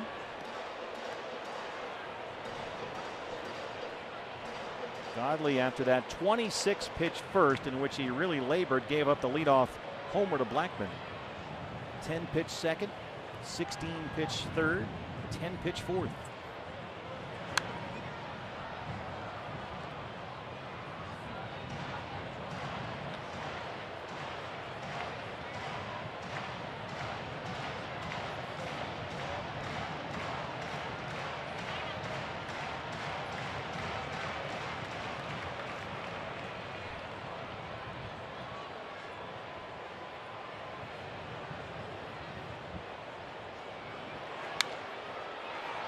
Popped it up, shallow left center. They got this thing surrounded out there. And Chris Owings comes all the way over from second base to take that one. 2 outs. Hey fans, are you ready for D-Backs Star Wars Day this Saturday? The first 20,000 fans will get the Paul Goldschmidt X-Wing fighter pilot Star Wars bobblehead. That's a mouthful. Courtesy of Cox Communications. Plus, a few lucky fans will get the special gold leader version with the gold helmet. This is definitely a bobblehead you want to have in your collection. Visit dbacks.com/Star Wars. Now, I believe our producer, Brad the Big Dog Weimer, can correct me on this, but the gold leader in those Rebel Alliance formations always flew the Y-Wing fighters, and the other guys were in the X-Wing fighters. Is there a Z-Wing fighter? I don't know. How about the rest of the alphabet? I know you're always interested in the details of the science fiction plots. Alexi Amarista is in the on-deck circle. Senzatella spot is due up next. Here's the catcher, Murphy.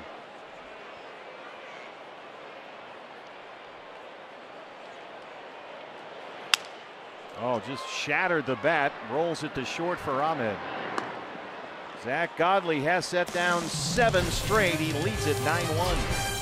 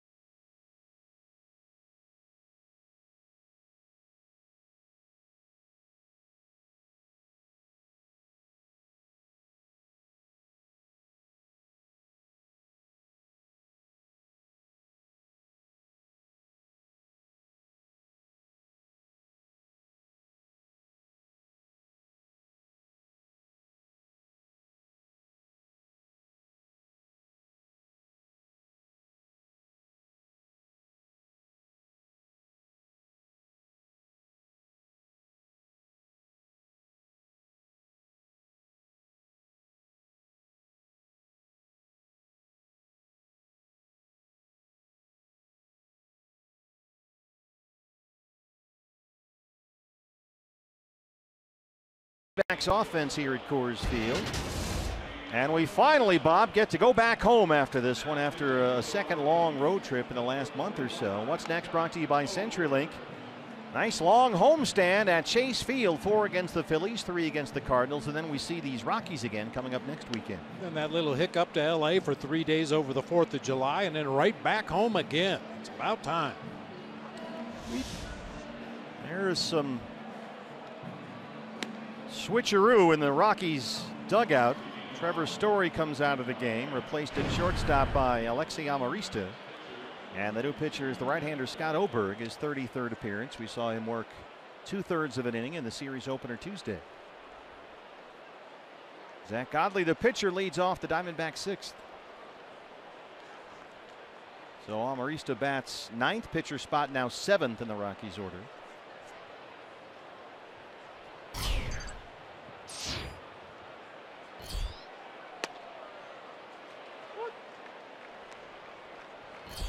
We talk about that schedule that we just looked at, and how we've had these 2 long 3-city road trips almost back to back with that brief 6-game homestand in between. Go back to May 19th. Okay, so over a month ago now. May 19th, that's when the Diamondbacks began a stretch of games during which they were going to play 22 out of 31 on the road. That's basically a month on the road. That stretch ends with this game today on June 22nd.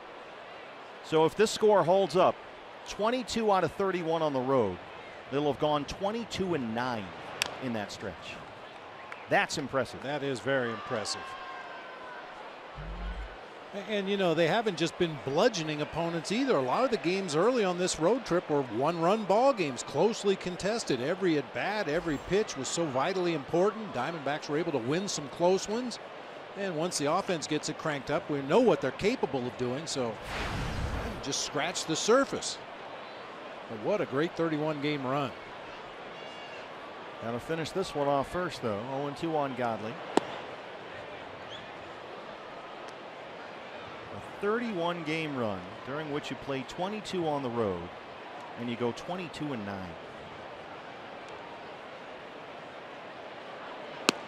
It is really dark right now. It's almost like a night game here. It's just before 3 o'clock in the afternoon. See all the lights on here. They've been on for a while. Probably putting up a fight.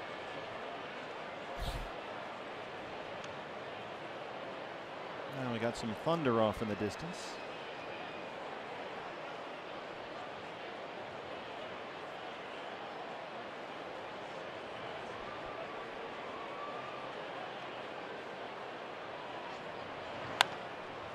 How about this at bat by Zach Godley?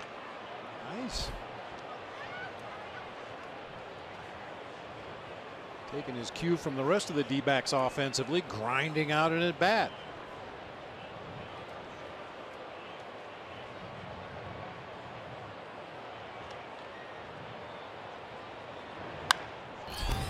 We're going to keep going.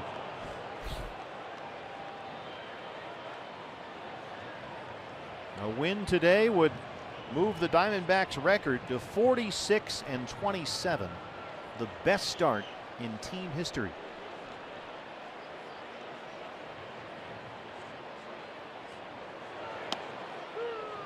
He looks at strike 3.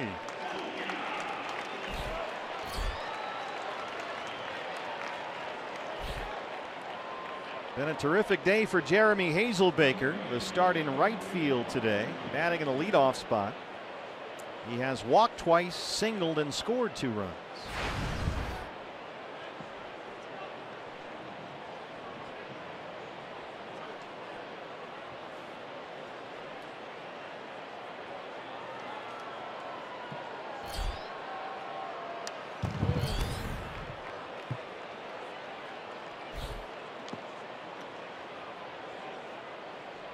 D-backs, as we mentioned, finally go back home after this one. The Rockies hit the road, and they have a very important road trip coming up. A 9-game trip. They play at the Dodgers, at the Giants, and then at the Diamondbacks next weekend. In the air left field, Raimel Tapia just shy of the warning track. 2 outs. Hey fans, this Saturday it's in-arena football with the Arizona Rattlers clinching a spot in the Intense Conference Championship as they take on the Nebraska Danger. Coverage will begin at 6 o'clock on a special channel called Fox Sports Arizona Rattlers, which will be available only on DirecTV and Dish, and streaming live on Fox Sports Go. Nick Ahmed.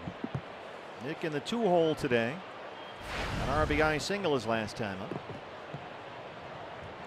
He homered here last night.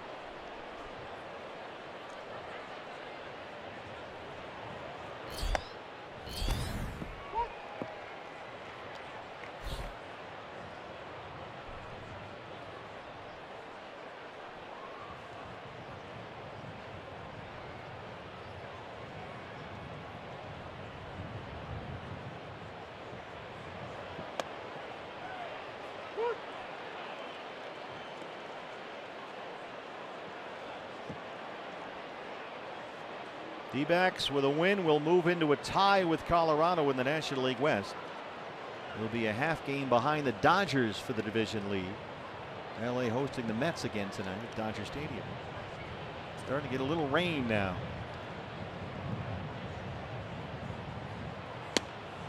Ahmed waves at that one. Oberg works a 1-2-3-6. Diamondbacks lead at 9-1.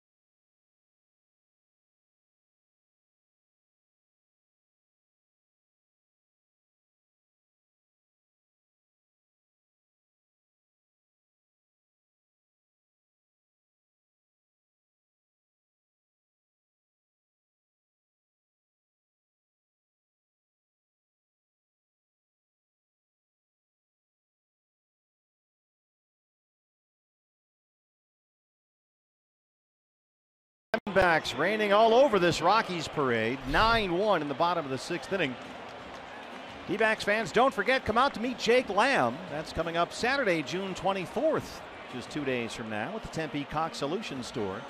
That's at 2040 East Rio Solano Parkway. Jake will be there from 11 to noon. He'll be there meeting fans and signing autographs, so don't miss out. Meet Jake Lamb this Saturday at the Cox Solutions Store in Tempe. Alexi Almarista, who took over at shortstop for Trevor Story, part of a double switch by Bud Lamb, leads off the 6th against Zach Godley, who's retired the last 7 Rockies he's faced. Godley has given up only 2 hits, both in the first inning. The Blackman leadoff homer and an Arenado 1-out single.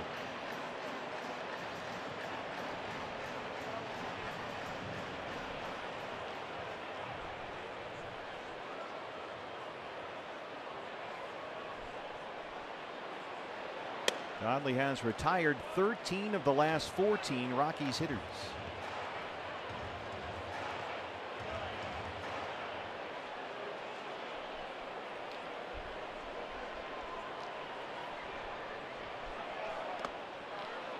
Strikes out Amarista with that breaking ball. 6 strikeouts for Godley, 1 down in the 6th.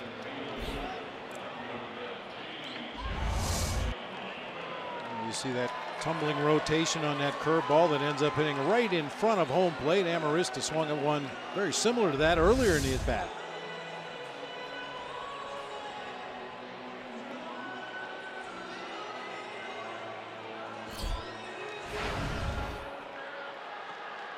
Charlie Blackmon.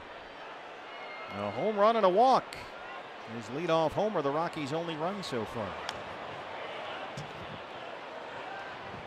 Just like last night, it was an early Colorado homer that made it 1-0 Rockies, and then the Diamondbacks responded with some big innings. 4 in the third, 4 in the fourth. After Mathis's RBI ground out, tied it in the top of the second.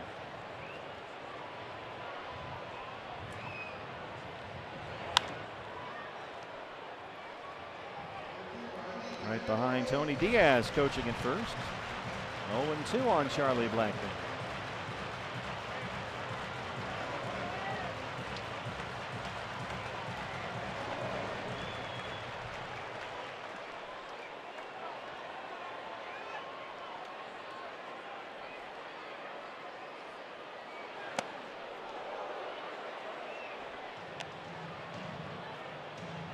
Charlie Blackmon has really taken advantage of hitting in this ballpark. His slugging percentage at home is .797. That's more than 350-point jump from his slugging percentage on the road, and his batting average, as you see right there, is more than 100 points better. So he's a great player, but he is definitely something of a Coors Field product.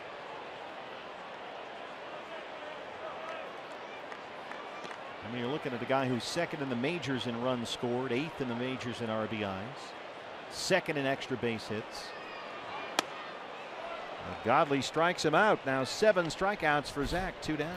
And we've talked about this in the past, the Coors Field effect, and I just think it's patently unfair that you penalize guys that play for the Rockies, but don't say anything about the guys that play for the Yankees with that short porch in right field. When Derek Jeter can break his bat and hit a looper to right field that lands in the front row, 290 feet away from home plate, and get a home run out of it, there ought to be a Yankee Stadium effect too. That sounds like it may have happened in the World Series. Yeah. It's a good thing that you've moved on. Yeah. But you're right. Right field at Yankee Stadium is ridiculous. Well, it's a good pitch. Boom. A little broken bat floater to right. That should be an out. That's a home run. Well, okay. A-Rod would hit a pop up to second base, and suddenly he's jogging around the bases with a grand slam.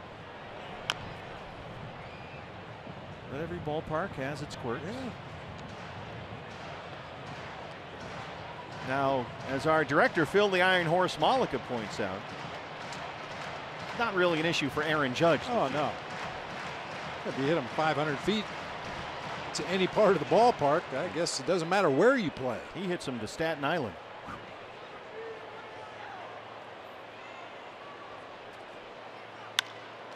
Zach Godley knocks that one down and works another 1-2-3 inning. He's set down 10 in a row. It's 9-1 Diamondbacks.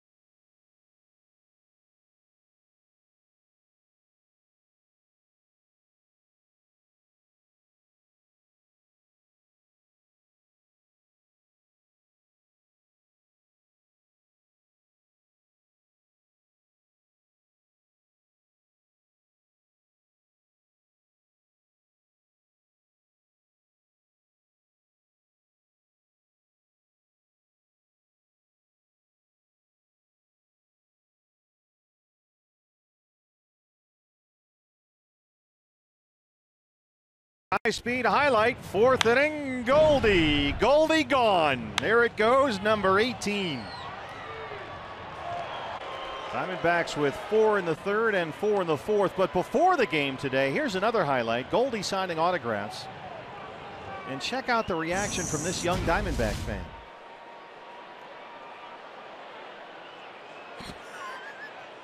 Watch the young lady here with the glasses. Watch the look on her face. Yep, we got the Goldie autograph. Yeah, he was pleased as the fans during the game and before the game. By the way, make sure our director, Phil the Iron Horse Malika, starts coming to the meetings. We have meetings? 1-1. I'll look into that. Make sure Phil's there next time we have a meeting. Well, you never know with him.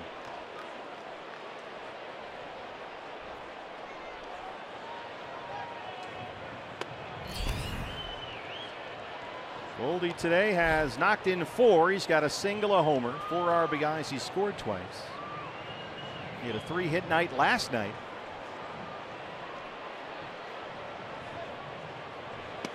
Goldie and Coors Field, pretty good combination for the Diamondbacks.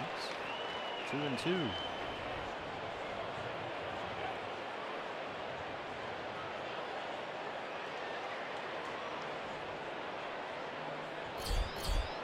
Jake Lamb 0 for 2 with a walk. He's on deck. Oberg throwing hard, 98. Full count, 3-2. On in relief of Antonio Senzatella. Oberg worked a 1-2-3 6th. And now Goldie leads off the 7th. Struck him out.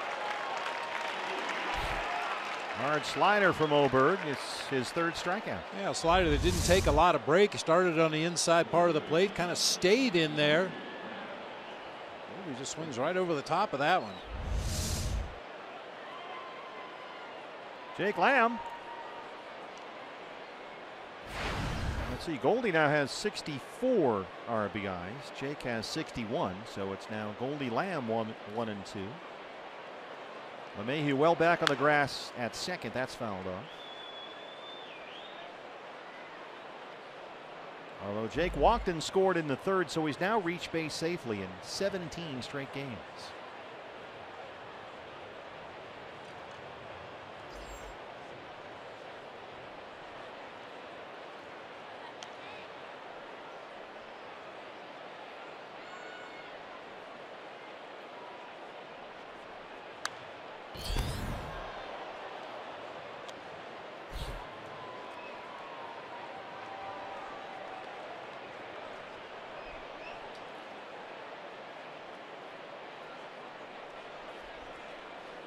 There you see LeMahieu well back at 2nd.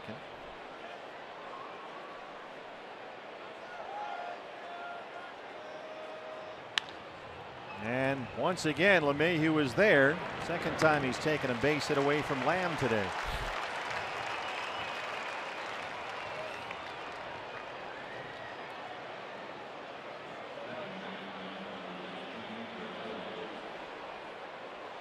Here's Chris Owings, CO homered in the 3rd. His 9th of the year, a 3-run shot. It's our State Farm winning combo. Yeah, Chris Owings is starting to change the style of hitter that he is. In the past, he's always been a dead high fastball hitter. Top of the strike zone, maybe even a little above the top of the strike zone. But lately, he's been driving pitches down there, knee level and below. You know, again, I brought this up a few times, but you just forget that he's still only 25. He's played with the Diamondbacks for so long now. He's, you know, still in a sense growing. He'll be 26 in August. One more time for LeMahieu at 2nd base. Oberg has set down all 6 he's faced. We stretch in Colorado. It's 9-1 Diamondbacks.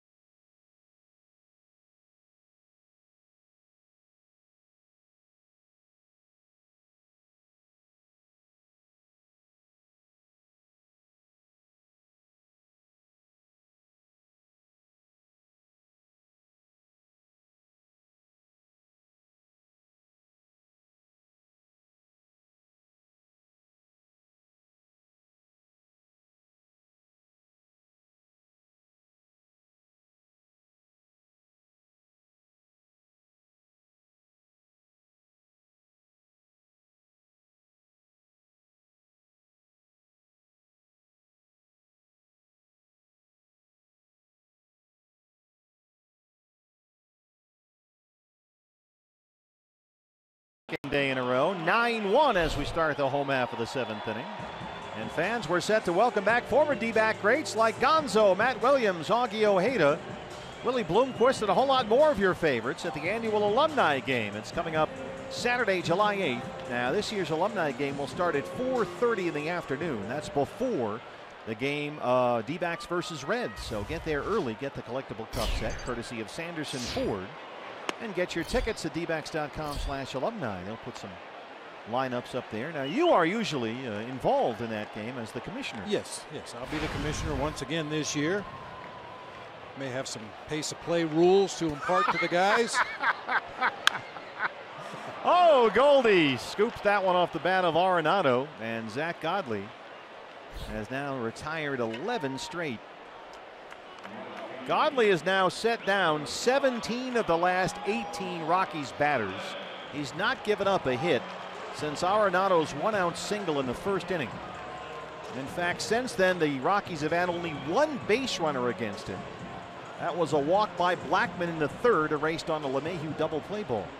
And because Zach Godley has been so good, 2 of the 3 at-bats that Nolan Arenado's had in this game have been leading off an inning. You love that. There's Carlos Gonzalez in the cleanup spot today, 0 for 2.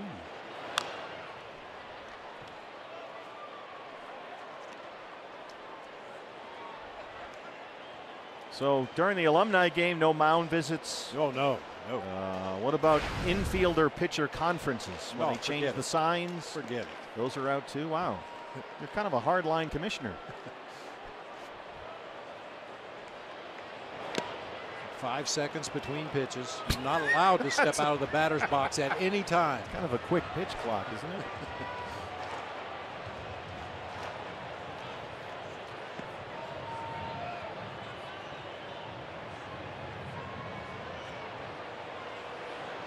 Well, Zach Godley in his last start in Philadelphia set a career high with 8 strikeouts, and he's just matched that here today in Colorado. 2-strike curveballs, gotten some really funny looking swings from some pretty good Rockies hitters today.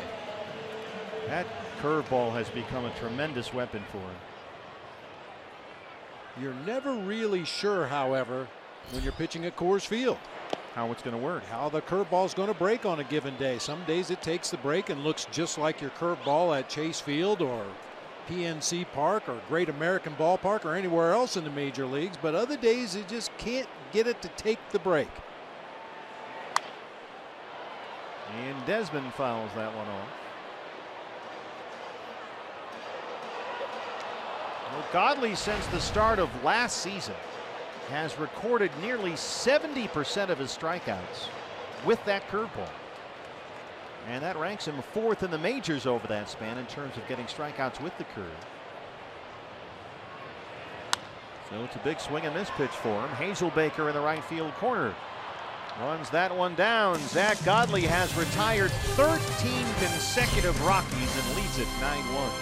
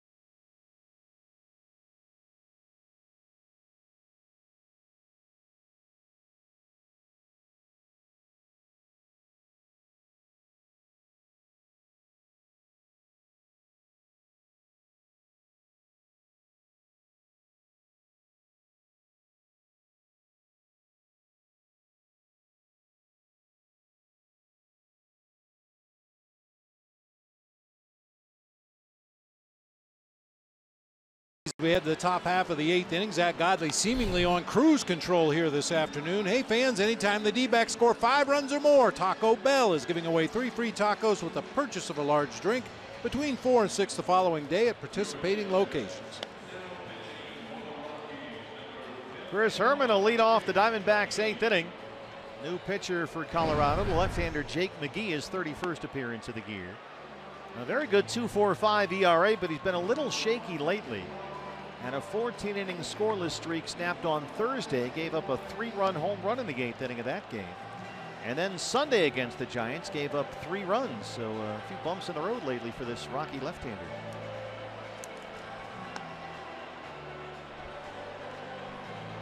Boy, this storyline coming out of this series, Bob, as the Diamondbacks take 2 of 3 from the Rockies, presuming the score holds. No reason to think it won't. The storyline is going to be the offense, but boy, you do not want to lose sight of what Zach Godley's done here today. He has retired 13 consecutive Rockies and 19 of the last 20. He's only given up 2 hits and 1 run on the Blackmon leadoff homer. That has been it. Blackmon a leadoff homer, Arenado a 1-out single in the first, and then Blackmon a 1-out walk in the third. That has been it. It's a little like Taijuan Walker's outing last night that kind of got lost in the shuffle with that offensive outburst in the 4th inning. Diamondbacks put 10 runs on the board on 9 hits. Taijuan Walker just got outs. Struck out 8 guys in 6 innings, gave up 3 runs. One of those a solo homer by Mark Reynolds. And Godley has also matched his career high of 8 strikeouts, which he just set in his previous start in Philadelphia over the weekend. Chris Herman singled and scored in the 2nd. He's 1 for 3. The start in left field today.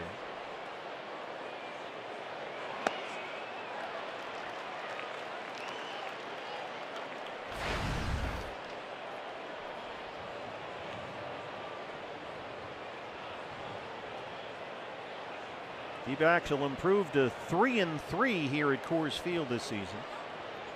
4-5 versus the Rockies overall, with Colorado coming into Chase Field next weekend at the end of the upcoming homestand. Don't forget to get your tickets, fans. dbacks.com/tickets. A 10-game homestand to see your Diamondbacks. They are red hot right now. One of the best stories in baseball. 4 against the Phillies. 2 day games in that series, Sunday and Monday. And then 3 against the Cardinals before Colorado comes in a week from tomorrow. Got another matinee game against the Cardinals that Thursday. So you get a break on your ticket prices. dbacks.com/matinee.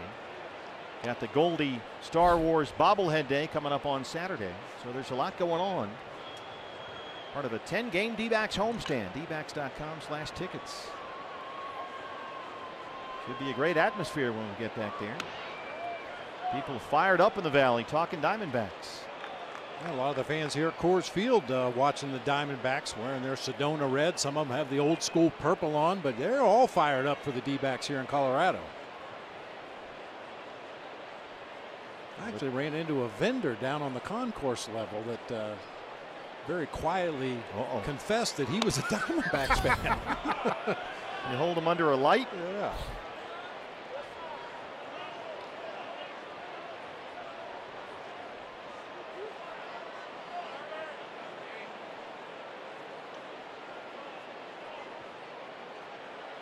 Three and 2.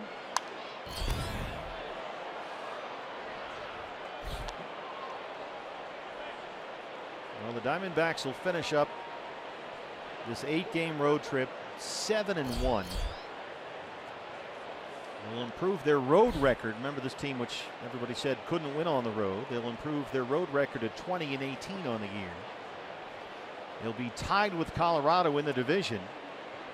A half game behind the Dodgers, depending on what LA does tonight against the Mets. And the Herminator bloops one into short left. That's a Coors Field single right there. Huge outfield, and you can just drop one in front of some of these outfielders. I was just going to say the same thing, partner. We talked about it before game 1 of this series. Outfielders are forced to play so deep the way the ball carries that occasionally little jam shots like Chris Herman just hit drop safely in front of the outfielders behind the infielders. A lot of room out there. So the Herminator 2 for 4 today. That'll bring up Ray Fuentes, who's 1 for 3. He singled back in the second inning. Very high chopper. Arenado collects that one and throws out the speedy Fuentes. Herman in at second, 1 out.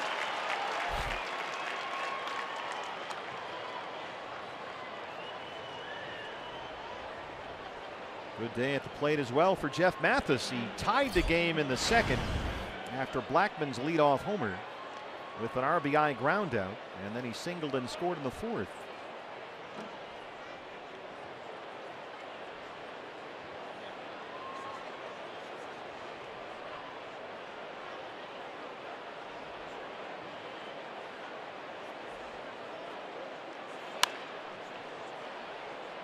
Godley, the pitcher, in the on-deck circle, so he'll take the at-bat.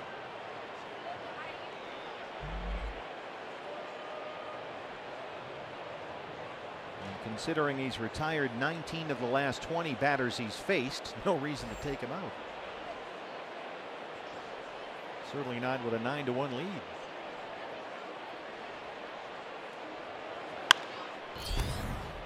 Alexi Amarista at shortstop puts Herman back to the bag. 2 outs.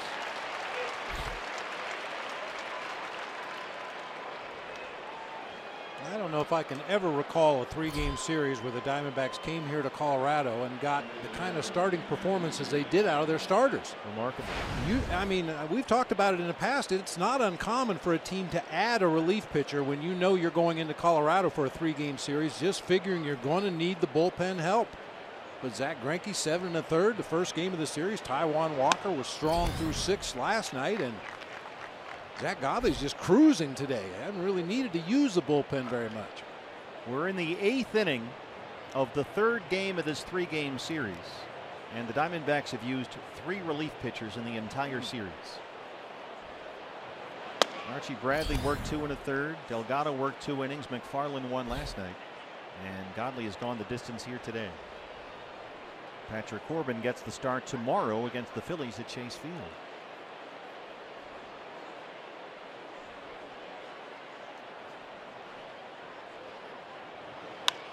Zach Godley dunks one into center. This will get Herman home, and they put up double digits on the Rockies again. It's 10-1. A career day here for Zach Godley. Add an RBI single to the resume. Put down a nice sac bunt back in the 4th inning, and then flexes his muscles here. Hits one right off the trademark. Loops it into center field for an RBI base hit. Nicely done.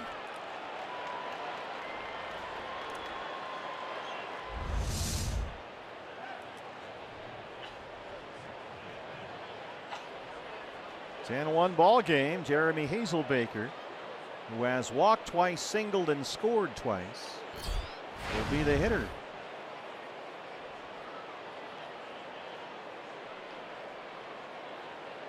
A 2-out RBI single by the pitcher Zach Godley.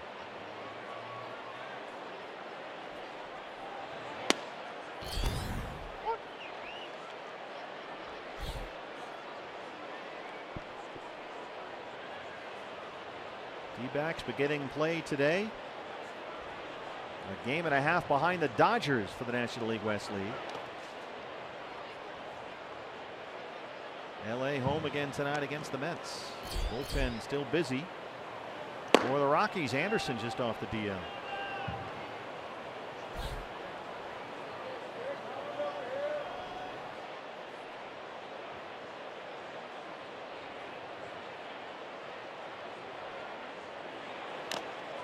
Ouch, that one got Alan Porter.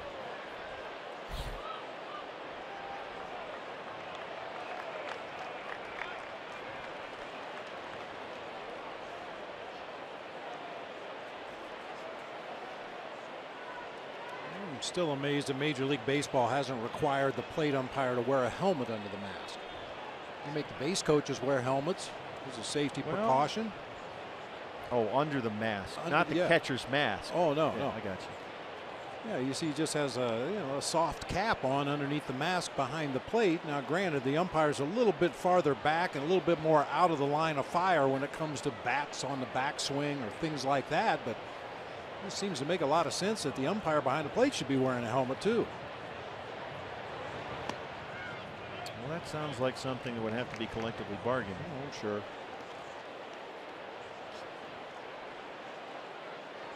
But yeah, those guys take all the hits that the catchers do. Yeah. We saw that last night with Andy Fletcher, who had to leave the ball game. I think what happened that time with Alan Porter, you see him still adjusting that mask back there behind the plate.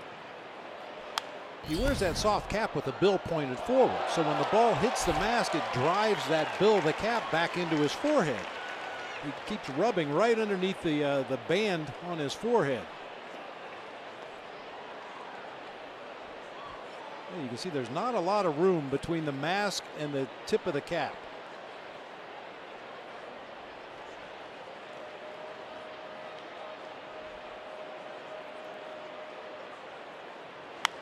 Well, don't some umpires wear those hockey-style masks? Some of them do, yeah. You see that ball hits right on the top bar there of the peek through, and that's right where the bill of the cap is.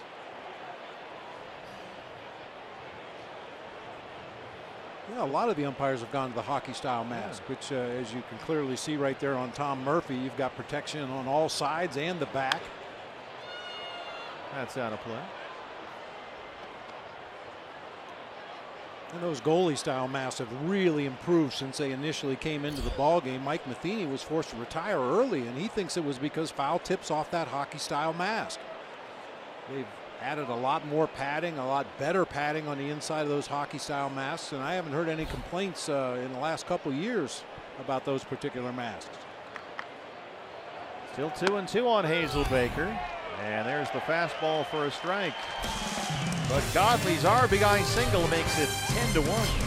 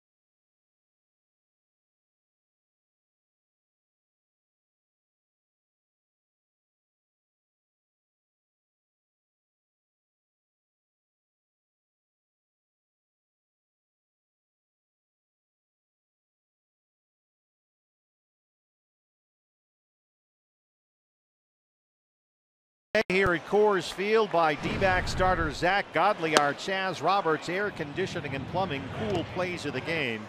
He's gone 7 innings so far, given up only 1 run on 2 hits. He's tied his career high with 8 strikeouts. Yeah, this Rockies lineup, regardless of venue, they're a handful. They got a bunch of guys that can hit the ball out of the ballpark and grind out at bats, and Zach Godley has made him look foolish a few times today. He's had a real good breaking ball down in the zone. Godley has set down 13 consecutive Rockies. He's retired 19 of the last 20 that he's faced. And he's back out there to start the 8th inning against Raimel Tapia, who's 0 for 2. Tapia has twice grounded out to first. Pitcher spot up next for the Rockies, Pat Valaika in the on-deck circle.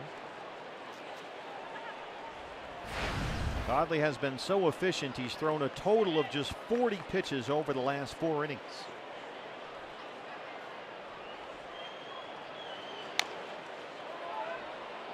And quickly ahead of Tapia, 0-2.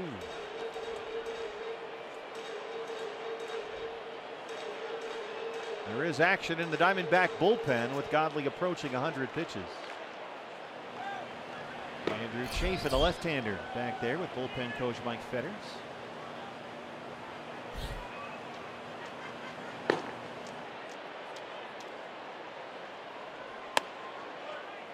Godley 1 strike away from setting a new career high in strikeouts.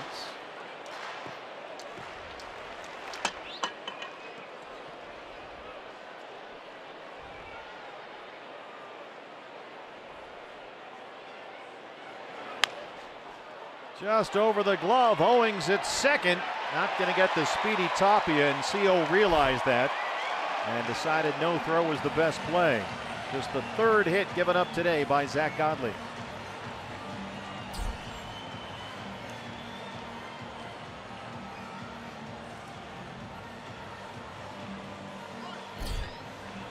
And now Vallejo will hit in the pitcher's spot.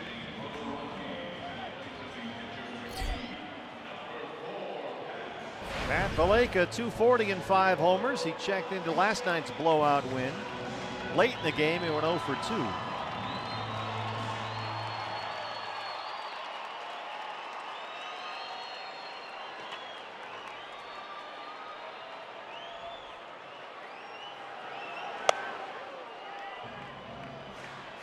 Vallejo 7 for 22 as a pinch hitter this year. That's a .318 batting average, including 4 doubles and a home run. Had a pinch hit home run here Sunday. They beat the Giants.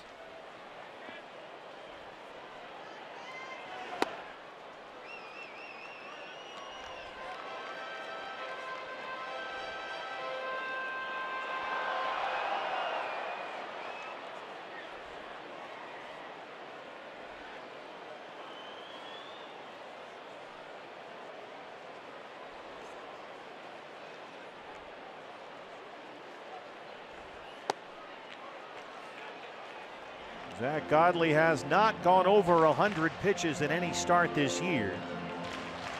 In his win, or in his start, I should say, over the weekend at Philadelphia, he threw 99. That's been his season high, and here comes number 100. Hard fastball, and it's 2-2. 100 pitches, 68 for strikes.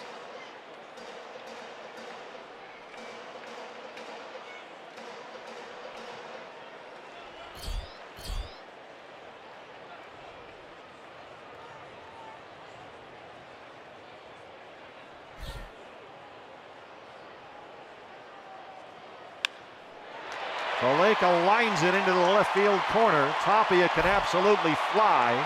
Stu Cole going to wave him home. There is no throw. It's an RBI double for Vallejo, and it's 10-2.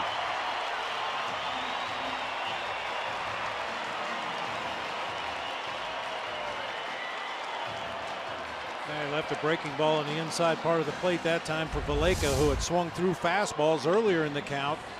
That one just kind of fluttered up there on the inside corner. He rips it down into the left field corner. Unfortunately, Chris Herman's throw back to Nick Ahmed, the cutoff man, sailed over his head. I don't believe they would have had a play on Tapia at the plate anyway, but when he overthrows the cutoff man, it becomes a moot point. Here comes Torey Lovullo. Zach Godley pitched an absolute beauty here today in Coors Field in Denver. Pitching into the 8th inning. He leads with a 10-2 lead. He was outstanding. We'll take a break from Colorado.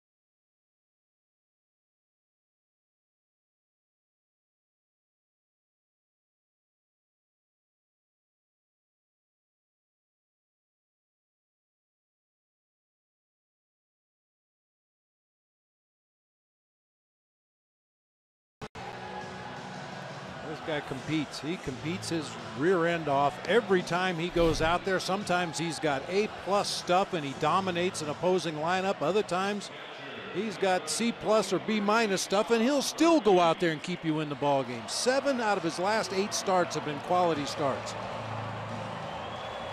He was terrific here today.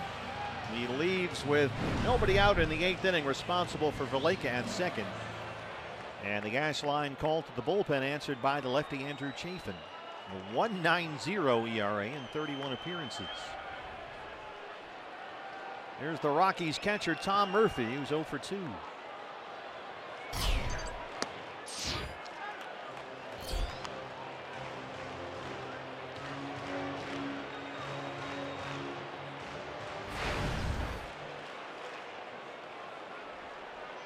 Rockies have seen their division lead vanish. They're a half game behind LA right now for the NL West lead.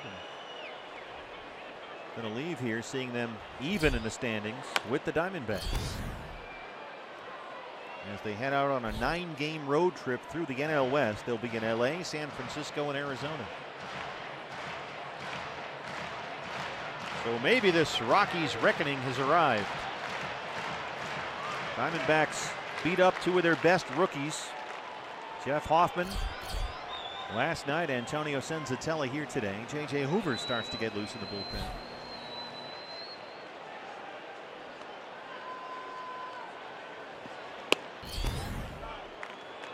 And Godley leaves having given up 2 hits in the 8th inning, which means, Bobby, got Torey Lovullo is 21 outs. Yep. He did it rather easily today against a really tough lineup. From the 1st inning through the end of the 7th, he retired 19 out of 20 Rockies hitters. And the one that reached a Blackman walk was erased on a double play ball hit by LeMahieu. Chafin behind on Murphy, 3-1.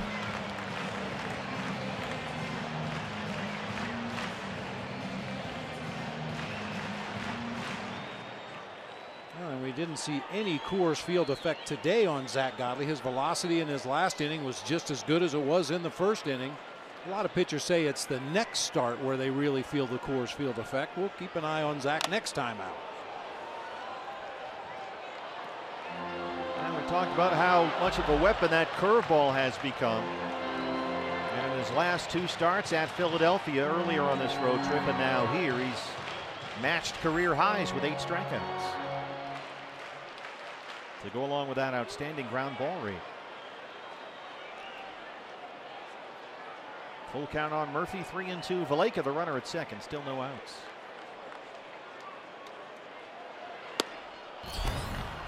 Chafin wins the battle, 1 down. Here's another guy, Andrew Chafin, that's had a tremendous bounce back season. He was great as a rookie 2 years ago, and then last year had some shoulder problems and was ineffective and really had something of a lost season. But boy, he has been dynamite this year. It really has been.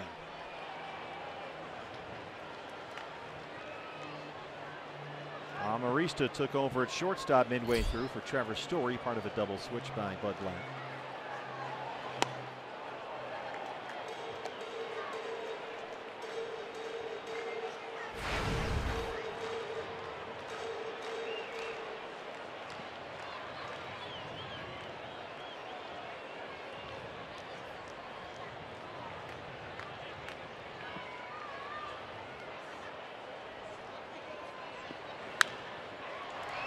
On the ground to second for Owings.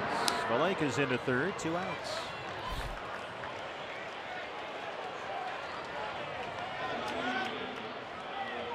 Here's Blackman.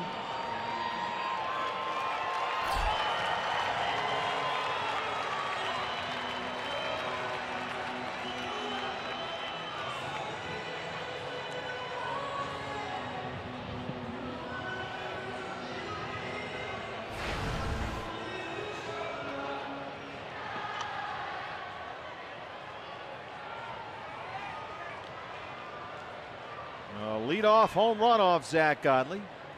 And up until this inning, that was the Rockies' only run of the ball game. 0-1.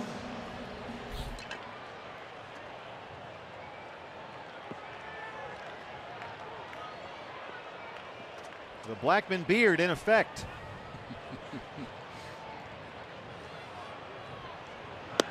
Well, gets kicked out of middle school, won't it? I guess depends. Not anymore, I don't think. Yeah. Hey, just sue the school. Right? Isn't that what they do now? Yeah, sure.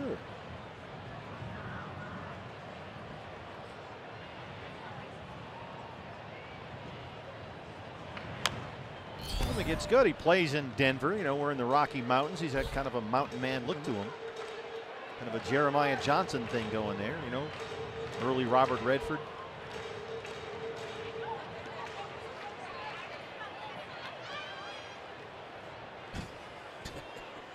That guy looks like what was the one on the Addams Family? Cousin It or something? Yeah, it's one of those characters. All of hair, yeah. Off Chafin's glove. He's got no play. Vallecas scores, and it's 10-3.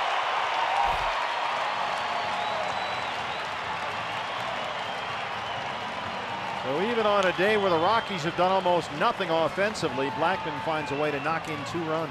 And then we'll check on Chafin. Fortunately, that ball wasn't really scalded back up the middle, just kind of a soft line drive. Looked like Andrew played it off his right rib cage, popped high in the air to the third base side. And too much time had elapsed to get the out.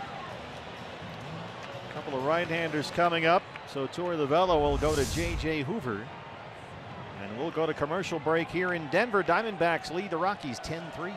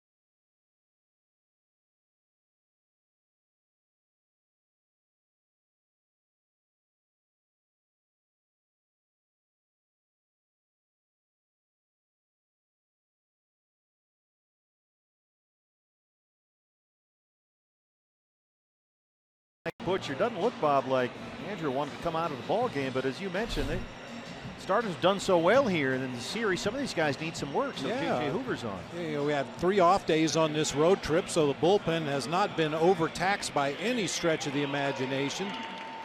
Played the lefty on lefty matchup there, and now turning it over to the right-hander for LeMahieu and Arenado. So here's J.J. Hoover to face DJ LeMahieu.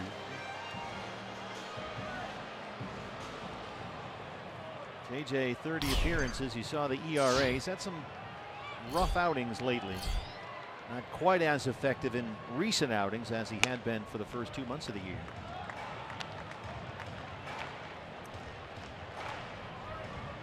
LeMahieu 0 for 3.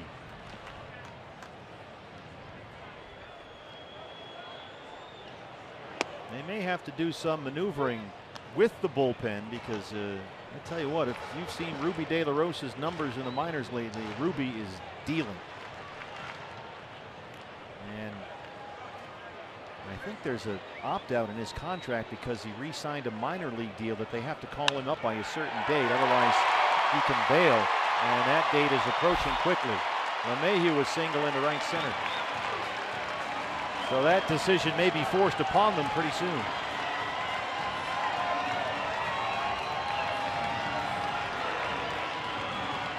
Here's Arenado. Arenado singled off Zach Godley with one out in the first following the Blackmon homer. And up until this inning, those had been the only 2 Colorado hits. Arenado 1 for 3. Here's Mike Butcher. J.J. Hoover's gotten a lot of big outs for this team this year. He's really done a terrific job. But the waters have gotten a little stormy lately, and they really want to see him get his sea legs back under him. Yeah, and this would appear to be a good way to do it. Bring him into a seemingly comfortable lead game, facing a couple of really tough right-handed hitters.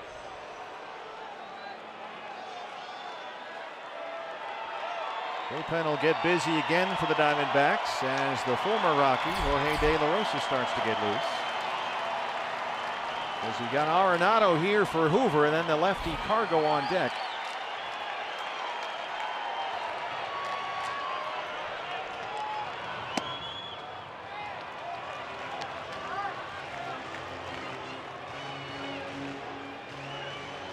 No lead is safe. Gonzalez is due up next, but the catcher, Tony Walters, is in the on-deck circle, a left-hand hitter.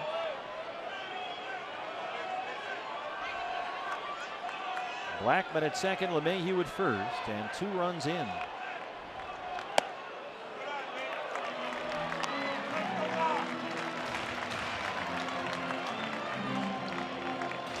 Well, there's Walters, who apparently will hit for Carlos Gonzalez.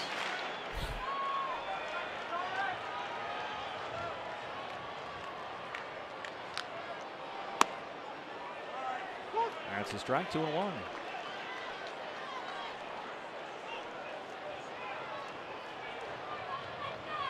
Arenado hitting nearly .370 in June. He's got 25 RBIs in 19 games this month. They had 2 balls and a strike.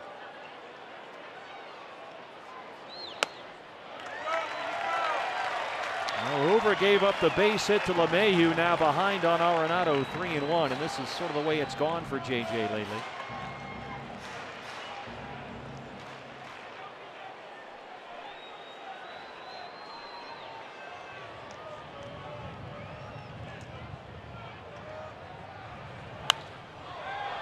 Popped him up behind the screen and out of play.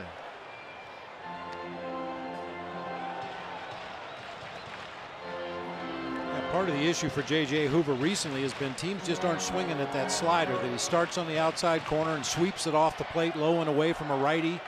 Got a lot of swings, a lot of soft contact on that pitch early on. Teams are starting to lay off that slider now. Full count, 3-2.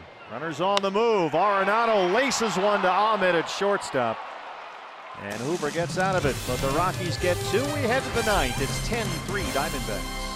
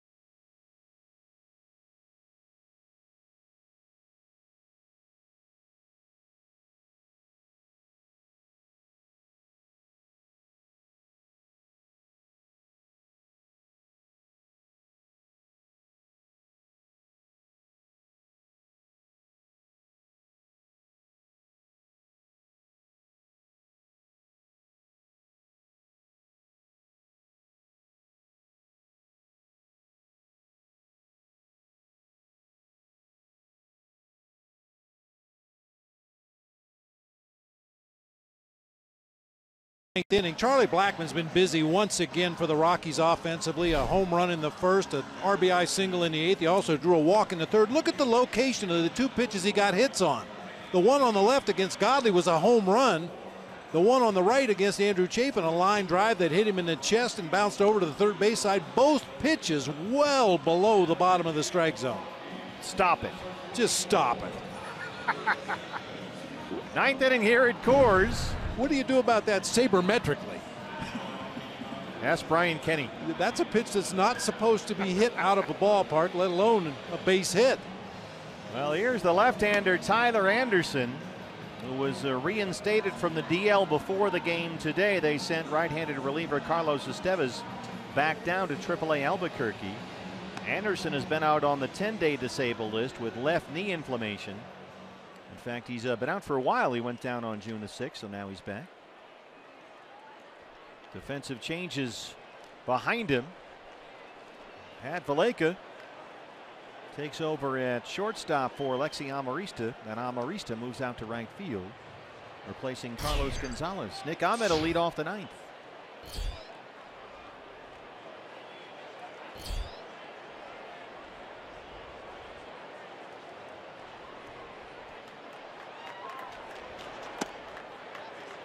Nick had an RBI single and scored in that 4-run Diamondback fourth. He's 1 for 4 today.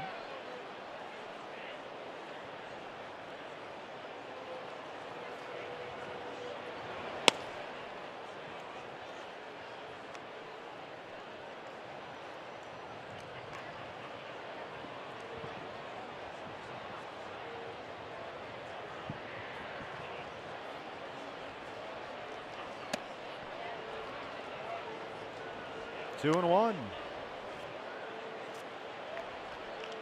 Rockies rotation continues changing, and they start to get healthy. So they've got Anderson back from his knee problem. They're going to get John Gray back pretty soon. Gray's been out for a long time with a bad foot. And you know, a big reason why the Rockies have done what they've done this year is because of this rookie rotation. But now when you've got Anderson coming back, and Gray, who was their opening day starter, coming back, who goes?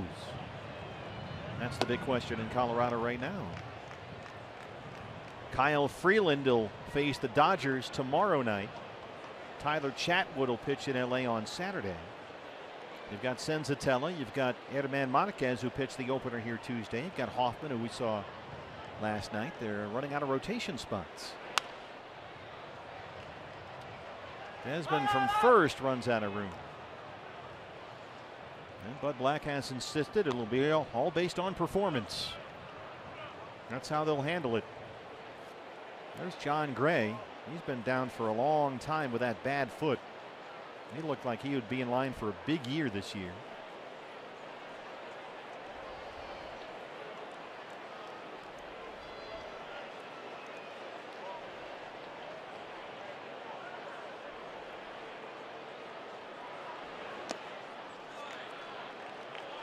Nick Ahmed works a leadoff walk.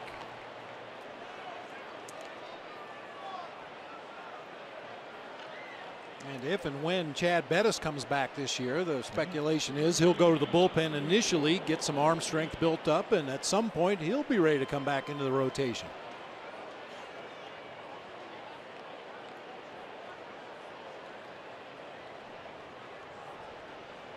Another big day for Goldie. A single, a home run. He's knocked in 4.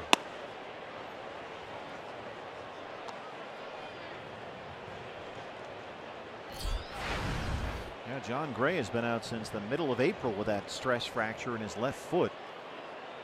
So they've got 7 very promising young pitchers right now for 5 rotation spots on the big league roster.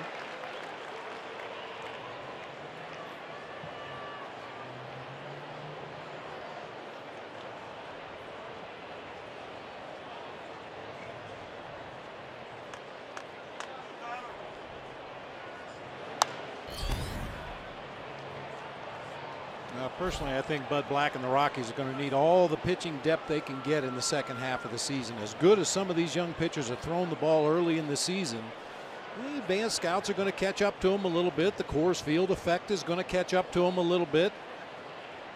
They're going to need every available arm before this one's all said and done. Goldie hits one out to right field. Another base hit. Ahmed is around second, headed for third. And Paul Goldschmidt has his third hit today. He's had an enormous series.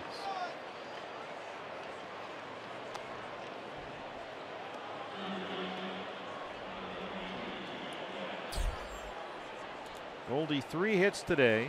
He had 3 hits last night. He homered here Tuesday.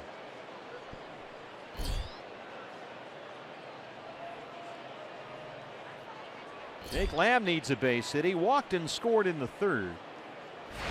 But he's 0 for 3 so far. He's twice hit balls that would have been easy base hits to second that LeMahieu fielded for ground ball outs in the outfield with the shift on.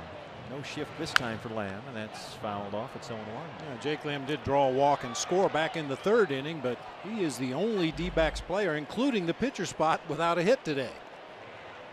Jake trying to keep this 7-game hitting streak going. He's hit safely in every game on this road trip. And this will likely be his final at bat of the trip. Down 0-2.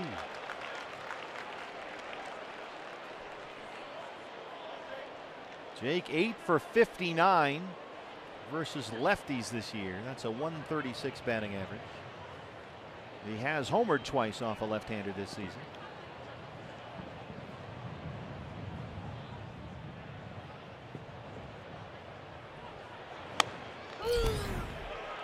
And he looks at strike 3.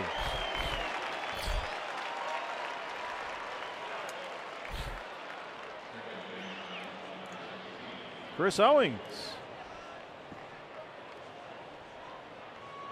CO, a 3-run homer in the third, number 9 in the season for him. So he's now hit safely in 8 straight games and 11 of his last 12.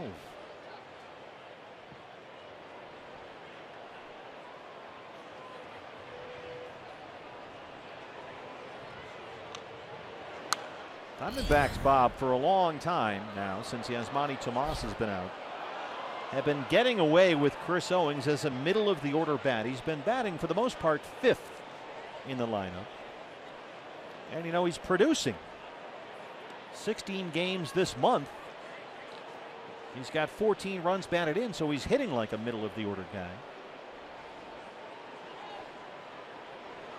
In the type of spot where you usually see a guy who might hit 20-30 home runs, knock in 80-90 runs, like Yasmani Tomas. They've been getting by mostly with Chris Owings.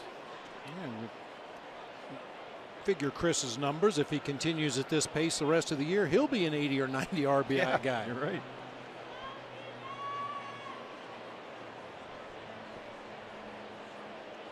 And all while Chris has been playing shortstop, second base, right field.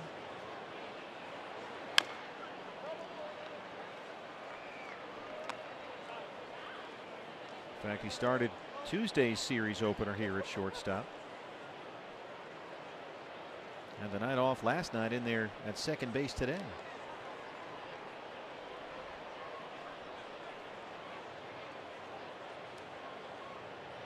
Played right field Sunday in Philadelphia.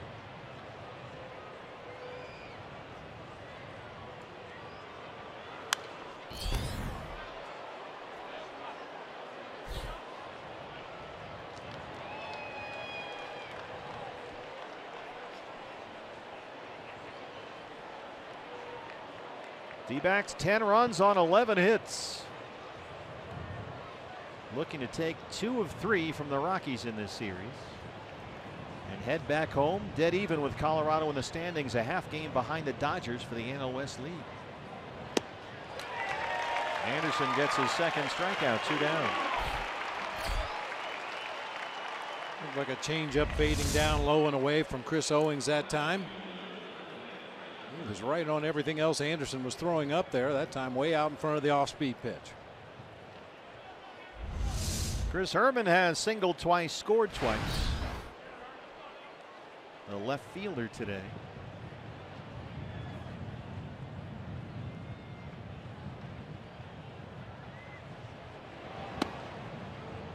We were in Torey Lovello's office before the game today.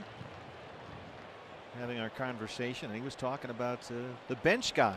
He liked the energy that they could bring to this game today. The end of a long road trip, day game after a night game, the altitude, all those things factor in.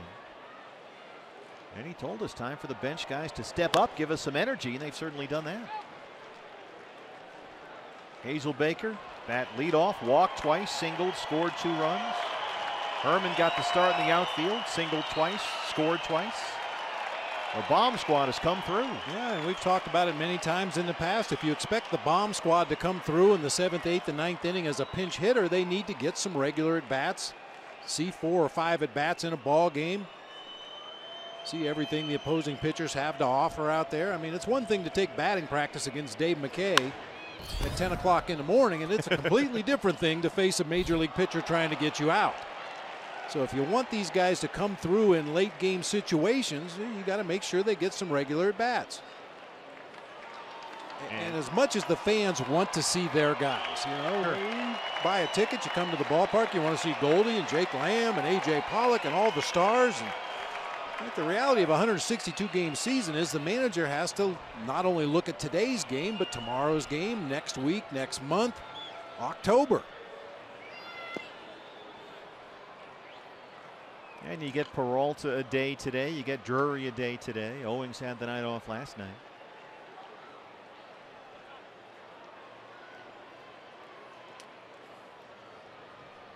Torrey really is good at planning these things out in advance. These lineups are generally laid out 3 or 4 days ahead of time. Always subject to change, of course. Well, Anderson, after giving up a walk and a single, gets 3 strikeouts to strand 2 runners. We head to the bottom of the 9th. 10-3 D-backs.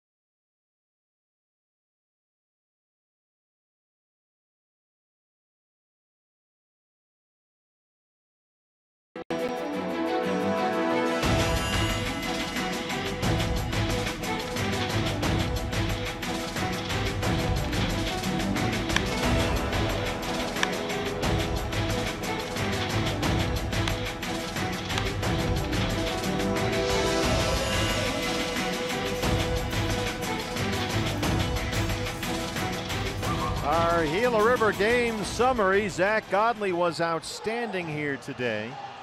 A lot of offense again for the Diamondbacks after the big win last night. A 4-run third followed by a 4-run fourth. Homers by Chris Owings and Paul Goldschmidt, both 3-run shots. And the Diamondbacks in the bottom of the 9th here lead the Rockies 10-3. They've got 10 runs on 11 hits.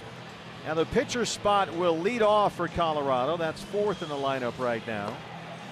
J.J. Hoover went back out there to start the inning, and when the left-hand hitting Tony Walters was announced as the hitter, Torey Lovullo went out there, got Hoover, and he's brought in last year's opening day starter for the Rockies, now Diamondback reliever. It's Jorge De La Russa. I think this is another area where MLB will look for ways to speed up this process a little bit. It's standard operating procedure. You wait and see who the other manager sends up there as a pinch hitter, and if you've got the wrong arm out there on the mound, then you make the change in the bullpen. I think in this case, if Bud Black, and we saw Tony Wolters in the on-deck circle as soon as the last out of the last half inning was made, so we knew Tony Wolters was going to pinch hit. Well, maybe speed up the process a little bit. That pump fake sending J.J. Hoover back out there when we all knew he wasn't going to face Wolters. So here is Wolters, who started behind the plate in the first 2 games of this series. He's 0 for 5, batting .288 on the year. Wolters, Desmond, and Tapia due up here in the Colorado ninth.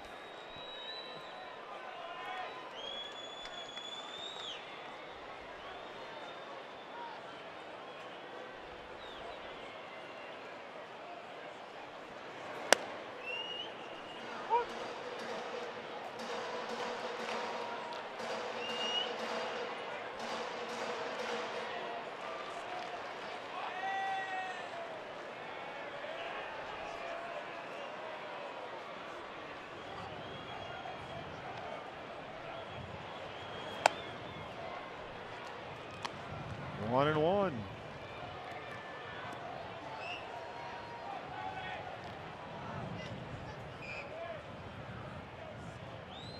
Jorge De La Rosa, the Rockies' all-time leader in wins and strikeouts.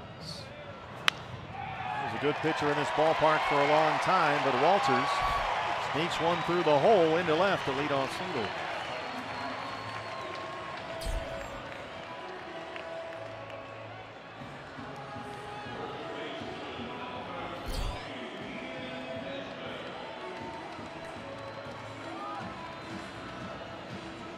Here's Ian Desmond, who's 0 for 3.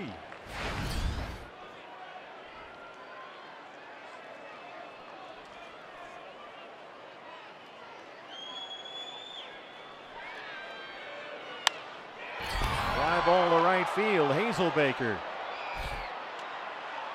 One away.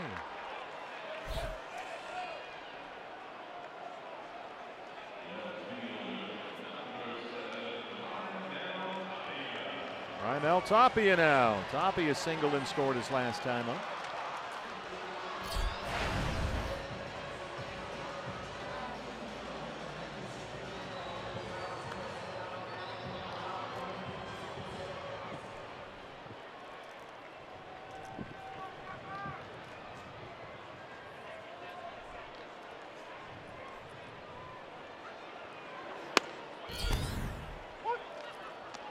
Todd Walsh standing by. Diamondback Live post-game show immediately follows our ball game here on Fox Sports Arizona.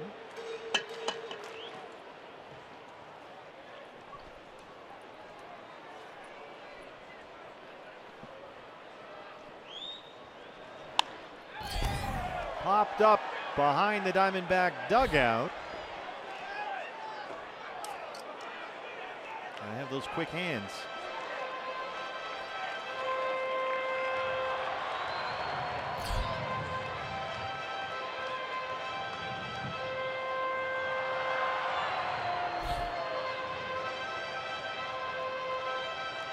D-backs won both games in Detroit, and they swept 3 in Philadelphia. Now about to take 2 of 3 here in Denver.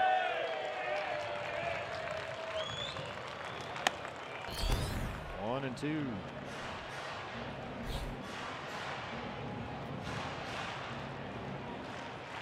Torey Lovullo's ball club will improve to 4-5 versus the Rockies this year, 3-3 at Coors.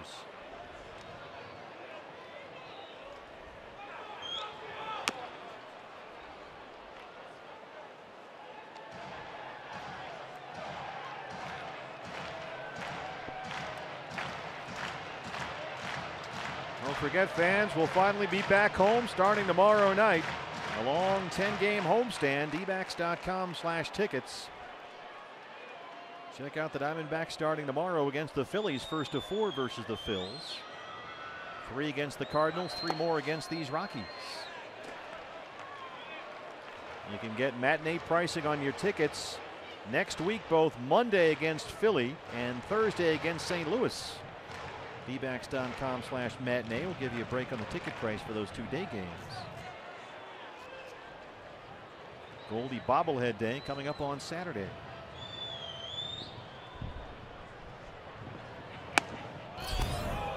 Tied him up inside with a fastball. Full count, 3-2.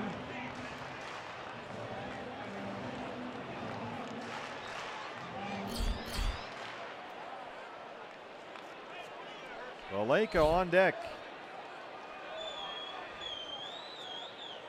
Walters at first, 1 out.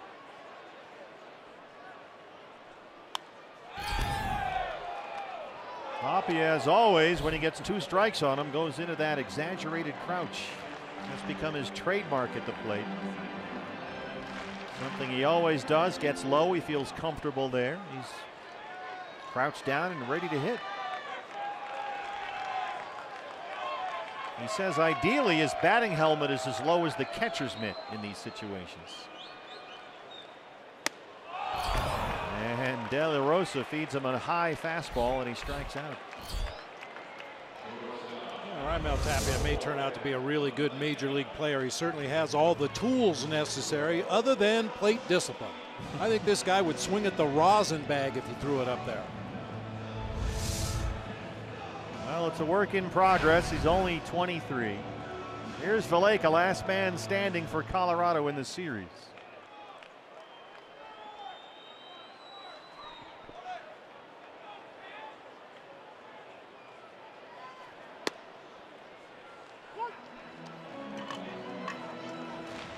Take you inside the clubhouse after our ball game. Diamondback Live post-game show. You'll hear from Torey Lovullo, some of the players.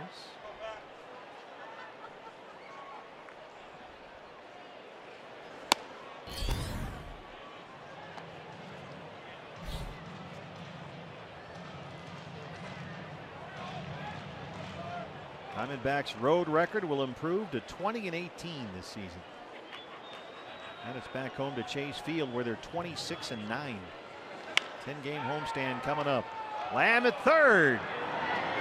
And that's the ball game. The Diamondbacks win it 10-3. They take 2 of 3 here in Colorado.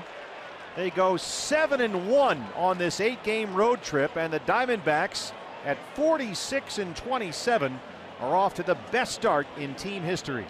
Well, certainly easy to come into Colorado and bust out offensively the way the D-backs did, but don't forget how good the starting pitching was in these 3 games here in Colorado, and for that matter throughout the entire road trip.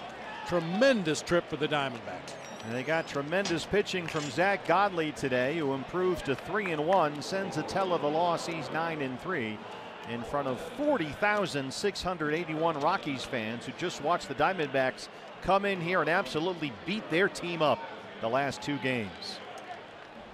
D-backs since May 15th, 25-9, the best record in baseball. They've won 9 of 10, 12 of their last 14, and they just finished off an 8-game road trip, 7-1. Diamondbacks Live, presented by CenturyLink, is next here on Fox Sports Arizona. Another D-backs win in Denver, 10-3 to final. More from Coors Field coming up right after this.